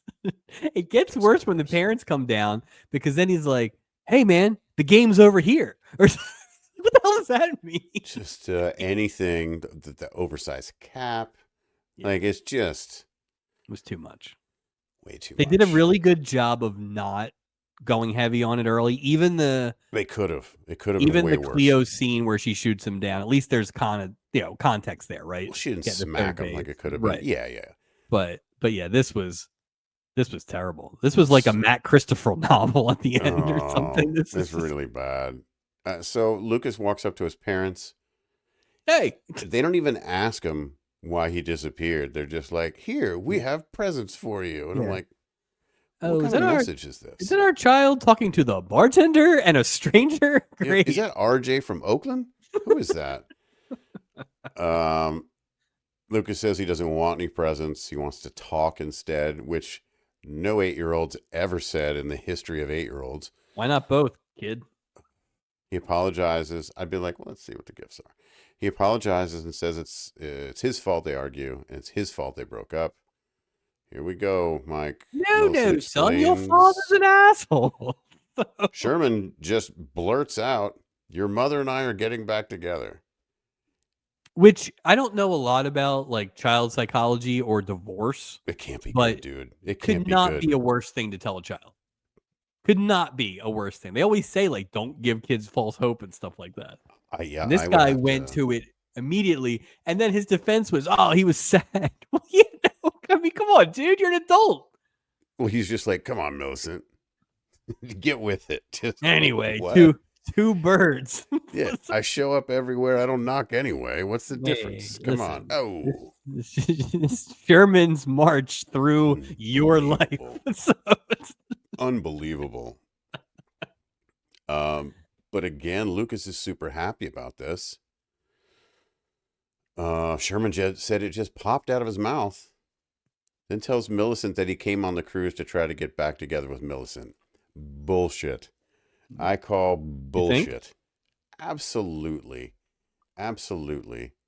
He just, he has not, there's nothing in his behavior during his time on the ship that would lead you to believe that that's what he was doing based on the interactions with Millicent.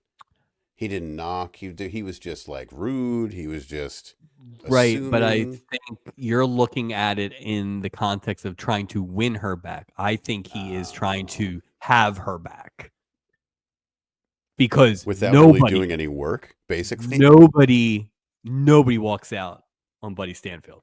That's kind of where he's at, I think. That's a good point. He's like, flowers. What do I buy flowers for? Yeah. I'm Yeah, Buddy freaking Stanfield. you're looking at this as from like an empathetic human I am. being, I am. not a psychopath. That's on me. That's Yeah. on me. Sherman's his pen name. We know who this really is. Exactly. Millicent says that Sherman came on this cruise uninvited, and she thinks it's best if he leaves when they arrive in Acapulco. He should fly home from there. Man, people just love flying out of these ports on short notice.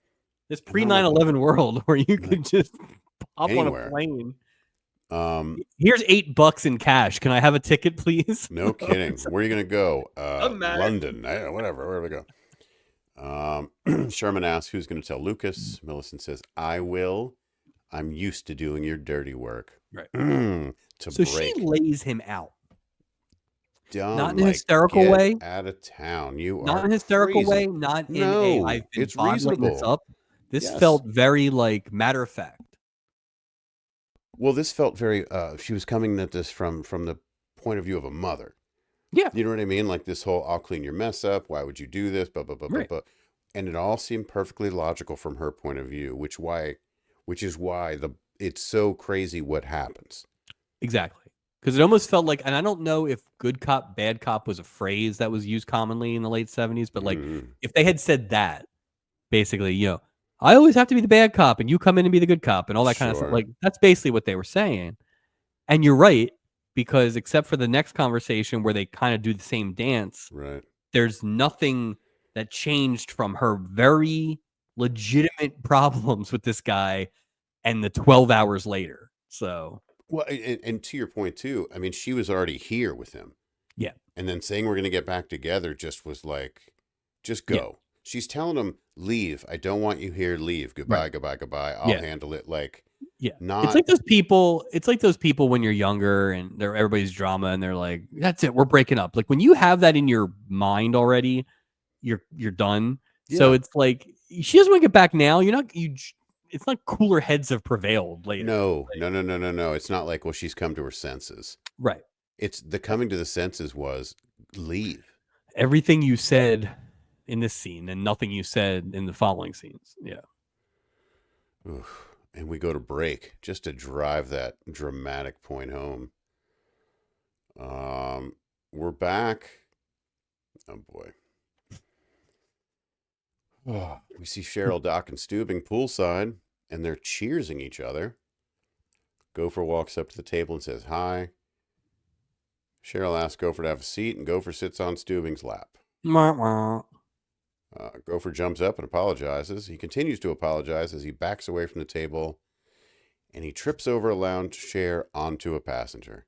This guy is a danger to himself and others. More others. Steubing asks Doc what's wrong with Gopher. This is when I don't like it, because the three of them are at the table, and I felt like they were talking kind of Openly. out of school about their person that they have like a relationship with, meaning Gopher. Yeah, but I think they were trying to help. It was weird. If anything, it was weird for Cheryl because, they're basically making his moves for him on Yeah, her. the So, I think I don't disagree. I think the thing that got me was the phrasing, "Give him a break and have yeah, dinner with him." That's where I not was fair. like, don't, don't Yeah, do give him a idiot. break is a weird way to put it. Yeah. Yeah. Um, Cheryl said she'd love to, but he hasn't asked her. Doc says Cheryl. Doc tells Cheryl that she'll have to ask him.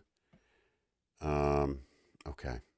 Here we go again. Another dream sequence. Yeah. Now we're getting to the real wild ones. This is uh Steubing. It's the best way to describe. Steubing's now a dark-haired Asian villain with a stuffed cat. That's pretty much it. Yeah. Doc is dressed like LeBeau from Hogan's Heroes when they were doing some sort of night mission. Doc, no glasses. Very, No very glass. different looking guy. Look, it had a little stubble too. Yeah. He looked like he could have been Stalag 13. That was cool. Yeah. Here comes Gopher in a scuba suit from out of the pool, but he has like a cigarette in his mouth when he's getting out of the pool. Cheryl refers to him as 00 Gopher. Ooh. Gopher gets out of the scuba gear. He's now fully dry and in a tuxedo. He throws down the flower attached to his tux, and it's really a poison gas bomb. I hadn't. Yep. No. 00 Gopher and Cheryl smooch. Doc's Gopher's like, oh no, the poison gas bomb pink carnation. It works every time. every time. Oh, that thing again. How many times can that thing fool us? Oh, So this one, maybe a couple of the other ones, had the energy of the dream sequences in A Christmas Story. good call. Absolutely. It was a little sped up, and it was shorter, obviously too, thank God. zany. Yeah. And it was the first thing I thought of. Just in terms of, it was very silly, I didn't think obviously. about that, but that I think you nailed it. I really do, Yeah. because it's that same vein. Yeah, and really not all of them, and probably no more going forward, because the rest of them were more like homages. But it was definitely something we've not seen before, and this is now the 5th dream sequence, and After it's one, too I many. stopped counting. It's too many. And there's at One least was 2 too many. more. There's Yeah. at least 2 more. So One was too many. This is it's way too many. It's too much. Gopher's back in the real world. Cheryl's asking him why he won't have dinner with her. Gopher definitely wants to have dinner with Cheryl, and he goes to get changed. Yep. All right, good. Yeah. So he had to be kind of led to it. But here we go. It's your big moment, sir. Mm-hmm. We see Reggie in a tuxedo walking down the hall. Here we get that other thing. He sees Steubing and says hi. Steubing says, I know who you are. Reggie smiles a little bit. He says, you're RJ from Oakland, Isaac's friend. And Reggie says, I'm Reggie Jackson. And Steubing's like, nah, you're not. No, you're not. A little comic relief there. I didn't mind that. Isn't Merrill a big baseball fan? I thought so. You think he'd Apparently recognize not. Reggie Well, Jackson? his TV doesn't work. Clearly, that thing, what's he going to And do? I guess he didn't go to any ball games with the orphans this year. We could do Or listen to him on he's the just radio. he's going to Dodger games, not Angel games. No, he would buy like one fewer tickets than he needs, like, because he can't count. Sorry, Tony. Go sit in the car. Yeah. Actually, don't sit in the car. Just kind of do laps around the outside of the stadium for a few hours. Yeah. Gopher's on the phone with Chef Armand. Asked for the chef's help to impress Cheryl. Gopher decides on champagne and caviar and a couple bags of potato chips. Yeah. Once again, highlighting that, because he asks what the special is. It's beef Wellington. Yeah. But that's too pricey. as we continue to establish that Gopher is broke as hell. So Yeah, you would. he's always, of all these people, he's the only one who's ever like money conscious. Because he gets like $2 a week. Yeah. Like you don't even know what kind of money system. Yeah. Bertram, here comes our first of many looking over the ocean scenes. His daughter, Millicent, his real life daughter, walks up to him and asks if she can share the view. Mike, I got a little uncomfortable at this point because I was like, oh boy. There's something here where she talks about her father, who's right there. This was so weird. Like this almost felt like it was that's actually what he used to tell her, like right? an Easter egg. Yeah. Yeah. Telling her to wish upon the first star you see. And I said, this is father and daughter. They both make a wish. It goes on for a while. There's a time wasting scene here. They're just looking at her face. And then we sharp cut. It's dinner time in the Coral dining room. Yes, this episode continues. Gopher's laying out his dinner strategy with Cheryl to Doc. Out of nowhere, Isaac just starts playing the piano. He's playing a lot of keys with one hand for a second. Yeah, this was some pretty bad fake pianoing, especially early. If I never see you make a drink, I'm not going to buy the fact that you play piano. Like it's hand in hand. And then when Cheryl walks in, this dining room is empty. First of all, there's nobody there. But then he's like, "Ladies and gentlemen, I'm going to dedicate this song." Oh, yeah. He says, dedicates this song to Cheryl as she's walking in the dining room. Starts singing a song about dream girls and getting them into his dream girls, gotta get you. Oh, look, it's time for another dream sequence, Mike. Look at us. Well, I don't know if you know this, but Cheryl is very impressed by people who have musical abilities. That's something she can really get into. I mean, sure. Who wouldn't? Mike, this is the worst thing that I've seen in the 2 seasons. Mike, when we first started this podcast, never in a million years did I think that we would see Gopher dressed as a rock star, audience chanting Gopher, a lot of extras for this scene too. A lot of extras. Puts on giant oversized glasses that say Gopher and lights, and the tallest platform shoes. Cheryl's in the crowd, and Steubing, Doc, Julie, and Isaac are all dressed up as 70s. Dude, this is not cool at all. This is so just... Isaac's got like a giant cowboy hat on. Doc's got like long hair.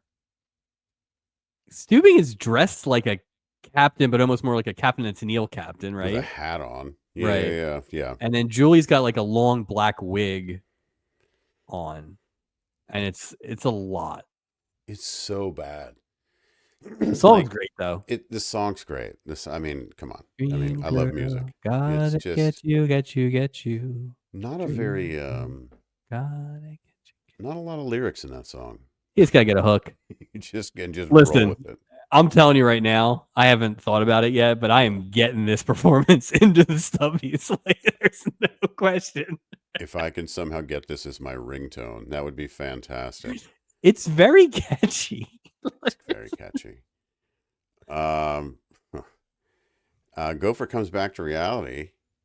Gopher asks Doc to tell her that dinner is off because he feels like this is a mercy date.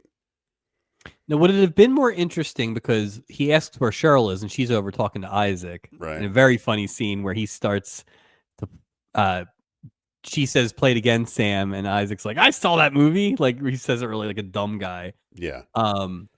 Would it have been interesting if Gopher? They wouldn't do this in the 70s, I guess, but if Gopher was worried that Isaac was going to steal Cheryl. I just feel like Isaac's such a good friend to Gopher that. Yeah, but I'm not saying would have, but like if Gopher would have, misinterpreted it. Yeah. I mean, hopefully not, but I see what you're saying. If someone's this their confidence. I'm just level looking gets for like low. actuality in this Just storyline, something in to the like. non-dream sequence things. Yeah, well, the other thing is Gopher probably panicked because the picture's still up on his wall. I just He's gotta go ordering back and rip champagne that and down. cabinet. Yeah, Yeah, like what do you? He doesn't want to rip it. Doesn't want to damage it. I don't want to dream like. I girl, taped it. gotta get you, Oof, dream girl. it's gonna get in there. Mm-hmm. Gopher has to. Oh, okay. Estelle's on deck, looking sadly at another couple smooching, which She's just like makes her even more sad. she's like 4 feet from them. She's so Because funny. they shoot her, then they switch to the couple, but then the couple leaves and they don't walk that far. No, They they're like basically closer. bump We need you her. to get closer. And she's like, I'm an Academy Award. Closer? Okay. Yeah, it was weird. Whatever. She's just so sad. Sherman's packing his bags to leave for Acapulco. Enter Millicent. She apologized for what she said earlier. She shouldn't have Boo. apologized. Boo. Sherman said he meant what he said earlier. That he'd like for them to try again. They both agree to make some changes until they immediately start arguing again. And we're back to He went to we both need to make some changes so fast. He was basically trying to both sides this thing. Like I just think Millicent needs to take a class at Stick to Your Guns University here because this is God. Or bring a gun ridiculous. Or something like change your name, like just move. But just to kind of reiterate, they argue about their arguing. Right. She walks out after basically choosing to throw the olive branch, I guess, for the good of the kid. I guess. He puts his foot in his mouth.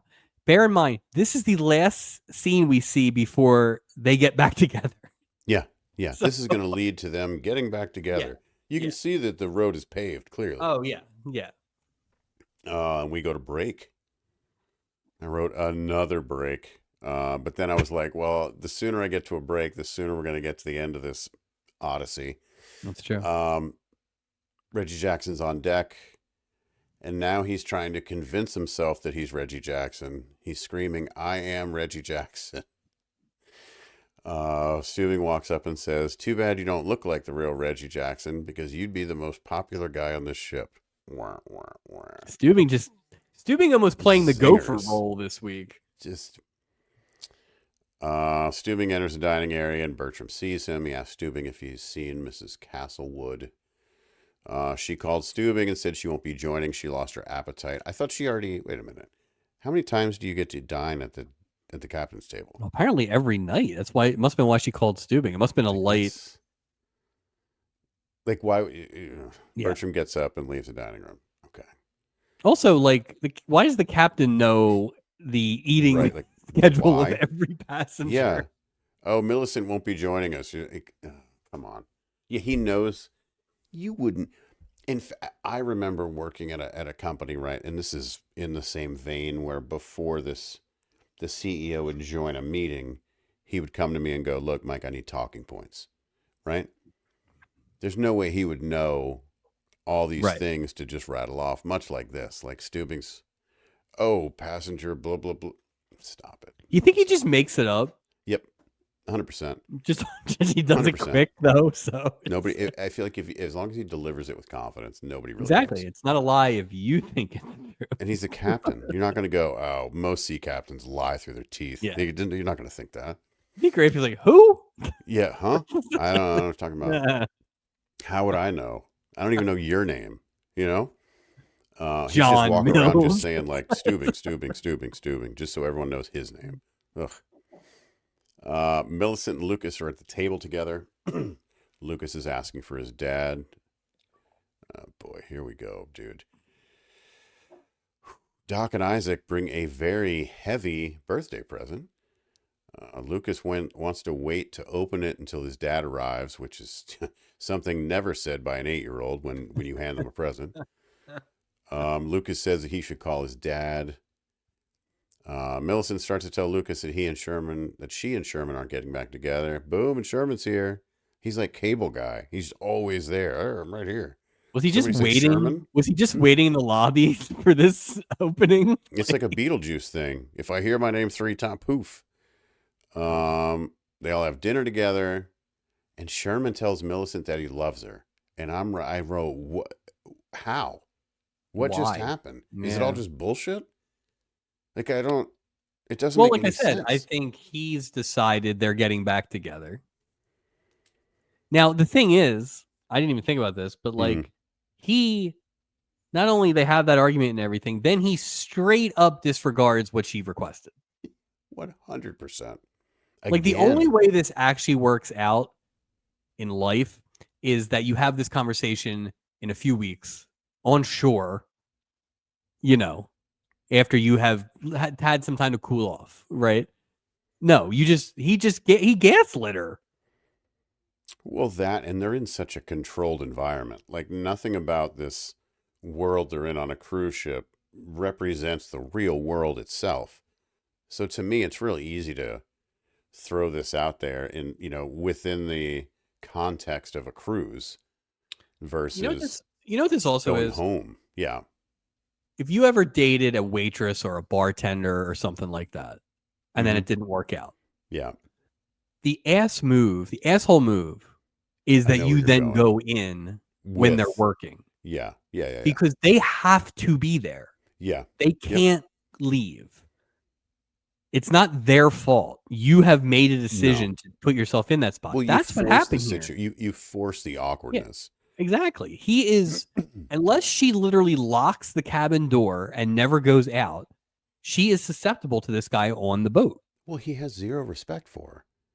Or boundaries. And I say that just from the showing up, just from the walking in the cabin. Mm-hmm. She's telling him to leave. He doesn't want to leave, so she does. It's all these things just show. Yeah. Like, these are he's not the not listening to qualities her. of someone I want to renew my vows with. Like, he wants to get back with her so his son will be happy. He wants to get back with her because he's probably staying in some garbage apartment and she got the house. It's probably true. It's probably true. Yeah. Probably sucks. I actually was getting really mad at the guy by the second rewatch. Mm-hmm. And that's the and you know what?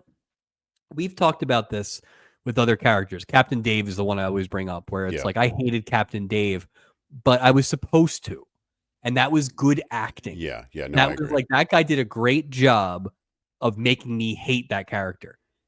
I just don't like this character. Like, this is not good acting. No, this is not good storytelling. No, they didn't do him any favors here, which is something we say all the time with the writing. Like, there was about Baron Jolson, we didn't used to. Unbelievable, guys. Come on. Little sophomore slump here. Ooh, at least. Estelle is still on deck looking sad. This time she's not staring at people kissing. Jump. Yeah, no kids, not that far. We seen someone survive earlier, John Ritter made it. Here comes Bertram. She asks him to leave her alone. Bertram tells her that he's afraid that they behaved foolishly the night before. He said it would be a difficult employer-employee relationship. He then says if they didn't have that relationship, I said, what if they didn't have it? He says that he loves her very much and has for almost 20 years. Has seen her through 2 atrocious marriages. Estelle says that she loves him too, and she always has. What? Tells him to shut up and kiss her. Smooch. And here's the classy move. He's like, he then asked her to follow me to my cabin. Yeah. Go ahead. He's gonna drive her home. Yeah, all right. He's gonna drive that Rolls Royce all over town. And they smooch again. Very dramatic going into break. Would it have been more interesting if he hadn't tendered the resignation earlier and he did it now to eliminate the employee-employer thing? I see what you're saying. The quitting now versus then. Like, if I have to, right. Yeah, I doesn't really matter. But yeah, I see what you're saying though. I feel like there's an opening for that here. He's like, so I decided to quit. Blah blah blah blah blah. It could have been smooth, but who am I to judge the smoothness of this guy? So plus they had 90 minutes. They had 90 minutes. Yeah, well, and the other argument is they had 90 minutes. So got to do something. We're back from break. And there's a big old party by the windless pool with a giant buffet and a band playing. There's another. We've seen a few of these where they have like almost like a tracking shot that Yeah. goes for a distance, and at one point, this woman is just inhaling this piece of cake or something. It's just like someone hands it to her and she just kind of goes after it. But Imagine how mad she was when this aired. She's like, no, I'm right here. Oh, damn it. the as the scene opens, Julie gets to make an announcement, which is very rare, and she's basically announcing that because of the big party on the deck, there will be no dancing in the Acapulco lounge, and that seems like an odd announcement to make, at least for now. Yeah. Usually they're all for more dancing, not for but less dancing. But we later find out why they made the announcement. So yeah. Gophers alone drinking champagne. Here we go, Mike. Dream girl, gotta get you in my life. He says, here's looking at you, Cheryl. I wrote the word no 5 times. There are 9 minutes and 44 seconds left in this episode, and we get another dream sequence. 7 dream sequences. Like, just let us off the hook, man. I don't need another one. How many flashbacks were in that stewing episode? 4? 4. Yeah. And this is just criminal what they're doing twice here. That. It's Casablanca. Kinda. Yeah. So he lights 2 smokes. This is where it gets weird. One for him, gives one to Cheryl, but somehow he still has 2 of them in his hand. He's fudding it. I went back a few times. He is fudding it. Good call. Yeah. Weird. Cheryl says goodbye to Casablanca Gopher. Gopher's back in the real world, and Cheryl's here, and she isn't happy that he canceled dinner. She thinks it's charming to see such unabashed affection. She'd love to dance with him, and they dance on an empty dance floor without music, both humming as time goes by from Casablanca. I did think it was funny, the small thing, but I did think it was funny that she kept calling him Rick and he kept correcting her to Gopher. I thought that was a nice. Yeah. So, and I'm always a sucker for that kind of stuff. And like I said, if they had established that the two of them had an old-timey movie connection, bond or whatever, yeah, right, common ground, right? Like, why wasn't that? Honestly, they could have done that in the first scene with Doc. Instead of him being asleep in his room with the giant poster, he could have been reading a magazine with her on the cover or something. It could talking about that, yeah. So, or her with him reading a book. It could have been anything. There were so many easy ways to do it. After the Casablanca, I wrote, "Let's wrap this thing up." Whew. Yeah. Estelle and just Bertram remember they shot a bunch of people at the end of that movie. So that's true. Didn't the plane explode? I don't know. I don't remember. No. That would have been much different. That was Casablanca too. It's sad. It's the Golden Globus version of Casablanca. Wow, what a twist that would have been. That would have been great. It'd been like Invasion USA or like Delta Force. Reek. Chuck Norris would have been in there too. Estelle and Bertram are exiting the ship. They thank Stubing for an enjoyable cruise. Reggie, he's leaving the ship holding up a sign that says, "Hi, I'm Reggie Jackson." He leaves the autograph. Screaming like he's the Beatles in 1964. Yeah. Meanwhile, he's been on the ship the whole time. Yeah. He leaves the autograph seekers to go talk to Lucas. Oh, thank God. Excuse me. Lucas thanks Reggie and Isaac. Millicent and Sherman leave the ship with Lucas. And I wrote one big happy family, I guess. So Lucas says, "That's my friend Reggie." He said, if I work hard, I could be good at Little League. And Millicent's like, "Well, that's something we're not afraid of. A little hard work." And it's like, what you should be afraid of? Is this husband of yours? This psychopath Sherman guy, sure. Oh, hope you guys get home safely. Reggie tells Isaac to come see him in New York. Doc is starstruck. Says he was on the ship with O.J. Simpson, which is a bit awkward given the situation. That made me laugh. Yeah. But at the time, that's like, OJ's totally probably fine. The most famous athlete, right? Unless it's like Muhammad Ali. So Bruce Jenner, like one of those. So Reggie talks to Cleo and invites her to go to the ballpark with him. We're outside. I love when they It's been a show a while different since we've set. done the It cars. has, Yeah. especially like end of show cab stand Oh, sort this of was deal. like, there was a stretch at the end of season 1 where we were getting this every week. Every week. I Yeah. loved it. I think the last time we saw it was the Dabney Coleman getting on the ship was the last time we saw the Coming in. coming in, but going out it's been a bit. Going out, it might have been that awful The one Annette Funicello one where they wander around for like an hour or so. Nothing happens. They just watch paint dry. Yeah, it's terrible. Bertram is opening the door for Estelle and joins her in the back seat. Bertram hops out, puts on his driving cap, gets in the front. And I really like this. This episode was terrible, but I like this part. Yeah. Estelle joins him up front. And I was like, oh, that's kind of nice. I don't think they missed anything with that storyline. No, it was fine. Perfectly fine. It was fine. Made sense. Yeah, it was cute and charming. Yeah, it was cute and charming. Gopher and Cheryl leaving the ship. Gopher in regular clothes, which is wild. And both are acting quite goofy together. Yeah, they're doing Laurel and Hardy.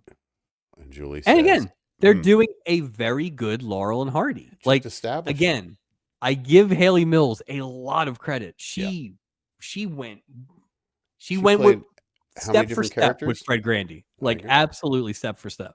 It was good. So. Good for her. Julie says it's a perfect match. And we're out. End of episode. No. Total recap for this one. We currently are sitting at best episode 3, Cruise Ship Casanova and the aforementioned Captain Dave. We have a tie for worst, episode 13, Pepito. And Dabney Coleman, actually. Episode 16, which was our Christmas episode, Stephanie at the gift shop, the allergic to your girlfriend, and my dad stole my girlfriend. So, well, you go first. Mike, this is pretty bad. This is a different level of bad here. And I've thought this through. This is the worst episode, in my opinion, that we have covered in the whole time podcast. Wow. Absolutely. This is not just season 2 bad. I'm trying to look at it through a couple prisms. One of which is what I said to start the show, which is I respect the swing. I do respect the swing of the dream stuff. That said, there were obvious things that you could have done better, including the reality portions 100%. And maybe not having 7 dream sequences. Yeah. You throw in the awful tug of war storyline and then kind of the Reggie talking in baseballese. It's like, I think you're right. I think I was probably more ready to argue about it, but I think because the other episodes are not, because we had the tie and there wasn't a clear one. Right. I think that's fair. I think this is the worst episode we've seen this season. And it didn't have to be. It didn't have to be. No, not at all. It just 60 minutes of this would have been fine. You get rid of the tug of war. Yeah, you tighten up a couple of the dream sequences. Have Reggie as the third story. Yeah. And Reggie and Cleo is more the thing. I think it's probably a pretty decent episode. I don't disagree. Because again, Fred Grandy is very talented. Haley Mills was very good in this. Like, if you had just done 3 or 4 of them and explained it a little more, you would have been okay. Well, to me, it's not as much about the execution of the lines they were given. I just think that the writing was so, I don't know if it's lazy. I don't know what it is. Specifically the tug of war one. It was just lazy. And like, how much of the thing for you is the dream sequences in general? Like, was there a world where you would have been okay with it? I would have been fine if there were like 2 or 3. Then that's fair. I just thought it was too much. Yeah. That's all. No, and I think you're right. And I mean, we talked about it, like the first one was unnecessary. Completely. Yeah. And again, to me, if you just give me a little more of the reasons why these two would be together, 100%. Give them the you'd be a common lot better. ground. You'd be a lot better off. You wait till the last 2 minutes of the show to establish any sort of Yeah. And that would have been cute. It would have been cute. You know? And they tried to make it cute, but it was just too late to be cute. It was too late. Yeah. I agree. Yeah. Captain of the week. Listen, I'm biased. I go with Reggie Jackson on this. Childhood hero. Yeah. I thought, as far as, non-actor baseball player, I thought he did a great job. I agree. Like I said, I think there was a part, if you take out the him and Lucas stuff where he was just talking in baseball, I think you could make an argument he was as good as anybody in this thing. Mm-hmm. But for an athlete, for a non-actor, he was very good. He was good. I will throw it to the Millses, but not Juliet, Okay. which is disappointing because I am a fan, and the first half of her I was happy with, but the way it ended was not earned. No. As I've said like 20 times now, Haley Mills, I really appreciated the effort. And it's nice to see somebody who you've only really seen in one or two things. 100%. Something completely different. And then John Mills was just outstanding. He's just the man. Smooth, debonair. I seriously doubt we'll ever see him on this thing again. No. But I think he qualifies as an old, so we might be seeing him in a few weeks. I hope so. Yeah. And you know what? Let's give credit to Fred Grandy. Regardless of what we think of the dream sequences, he basically played 8 different characters this week. That is 100%. Something. So 100%. Yeah, I can't fault him at all. Yeah. Worst of the week, walk the plank. Ben Jolson and Art Barr, sir. Plain and simple. What happened, guys? Boy, how the mighty have fallen. They really were money in the bank on those older episodes. Every time we would see their names and we'd go, yes, we know what we're getting. It's snappy. It's this. It's well written. I don't know what happened with this. The fact that we are getting 4 in a row from them will be a really good indication of where they're at. Yeah. But they need, I will say this, they need one of these next 3 to be like in the consideration for best storyline of the season. That's all they would need to reach their level of last year. 100%. And the thing is, there's not that many episodes left this season for them to bring that. But one good episode would bring it only right takes back. one. Yeah, it only takes one. And again, the second half of the season, it's funny because all our worsts are in the back end here. But part of me thinks it's gotten better lately. Yeah, I see what you're saying. Yeah. It's been very up and down, but it felt like it was all down the first half of the season. And at least I feel like last week we enjoyed, it's been, feel the same way. I always feel like there was some sort of, upward momentum, like we were trending in the right way. And again, the 90 minutes and the 2-parters are weird, and they did go for something here. So it to me, like, why do a 90-minute episode? What's the point? Like, if it's not a 2-hour thing, which you've done already twice, what is the point of doing a 90-minute episode? I mean, we talked about it, right? It's the most watched show on Saturday nights this season. And so I think ABC is probably like, hey, we want to get big ratings. Give us an hour and a half of this and an hour and a half of The Island. And, Aaron Spelling is more than happy to oblige. Well, plus, if you're doing the 290s, I mean, you're dipping into that 8 o'clock hour. Right. Which I'm sure CBS and NBC were thrilled about. Yeah. So then I mean, if was that NBC or if one of the networks is running a movie they ran a month ago, exactly. So, I will agree with your Jolson and Bear, but also,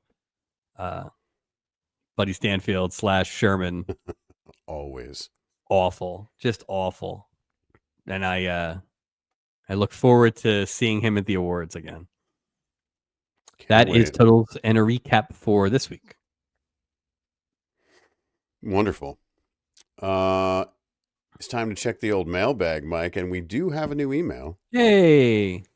This email comes from Leslie. Just wanted to send a thank you. Love Boat's my current gym show, and I have no one to talk to about the insanity I've been seeing. So your podcast has been very fun to listen to. I still laugh at your guest mention of the unhinged way Tab Hunter got out of the pool.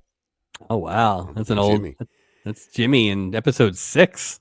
Way back. And this is sort of fitting. You have some pretty great episodes coming up, including the Random Mills family reunion, which we just discussed now. Why the Mills? Why keep this acting dynasty completely separate on screen? Why did they give Gopher the worst storyline of any crew member? Why 90 minutes? I have no idea. We were warned. One other thing. We have a suggestion for a new Stubby Award. Best/worst couple. Well, we are doing best duo. Yep. We were going to call it couple, but we wanted to make sure the old ladies in the Smooching Bandit can get in there. But that's true. Yeah. So we will have best duo for this season. Worst duo is tough because I feel like we just capture that in the worst. I don't know that we've had that many couples that we hated. It's usually one person, right? Yeah, I mean, I don't dislike Millicent on the level that I dislike Sherman. If that's right, and like Rick, and you know, right. There's always one. There's like the anchor, the guy we don't like. Yeah, so. Usually the guys stink on this show. Yeah. So, any plugs, Mike? Yeah, Absolutely Hammered is back every Wednesday. The baseball season is somehow like a month away. Spring training. It's crazy. So yeah, you can get that on the Hitting Season Patreon. Absolutely Hammered. Fantastic. Let me give out our email address. You can email us at loveboatproject@gmail.com. Also, you can find us everywhere you find your audio podcasts: iTunes, Spotify, YouTube, iHeartRadio, Podcast Addict, Amazon Music, Podchaser, Player FM, and everyone's favorite, Deezer. Please hit that subscribe button and leave a review. It really, really helps. You can also check out the video version of our podcast on YouTube. Again, please hit that subscribe button and leave a review. You can find us on Instagram and Facebook. Look for weekly reels and updates. Looking ahead, Mike, episode 45. I only know a little bit. I believe we have another stubby nominee coming in because I think there's a dog. I think there's a doggy in this one. There is a dog. You know how I feel about that. Yeah, and our guest for next week is also a big dog fan. So that's true. Also, speaking of guests, I believe this is our third game show host. We welcome the host of the match game.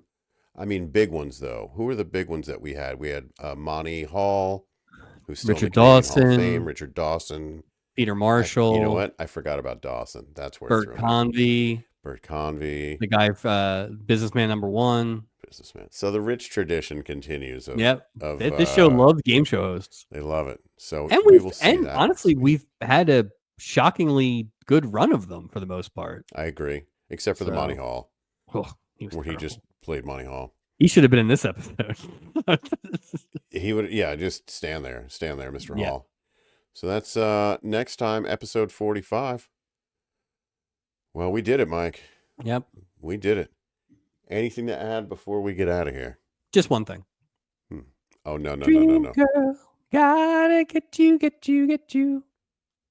Dream girl, gotta get you into my life. Thank you, ladies and gentlemen, for joining us. Again, this has been episode number 44 of the Love Boat Project, and we will see you next time. Thank you.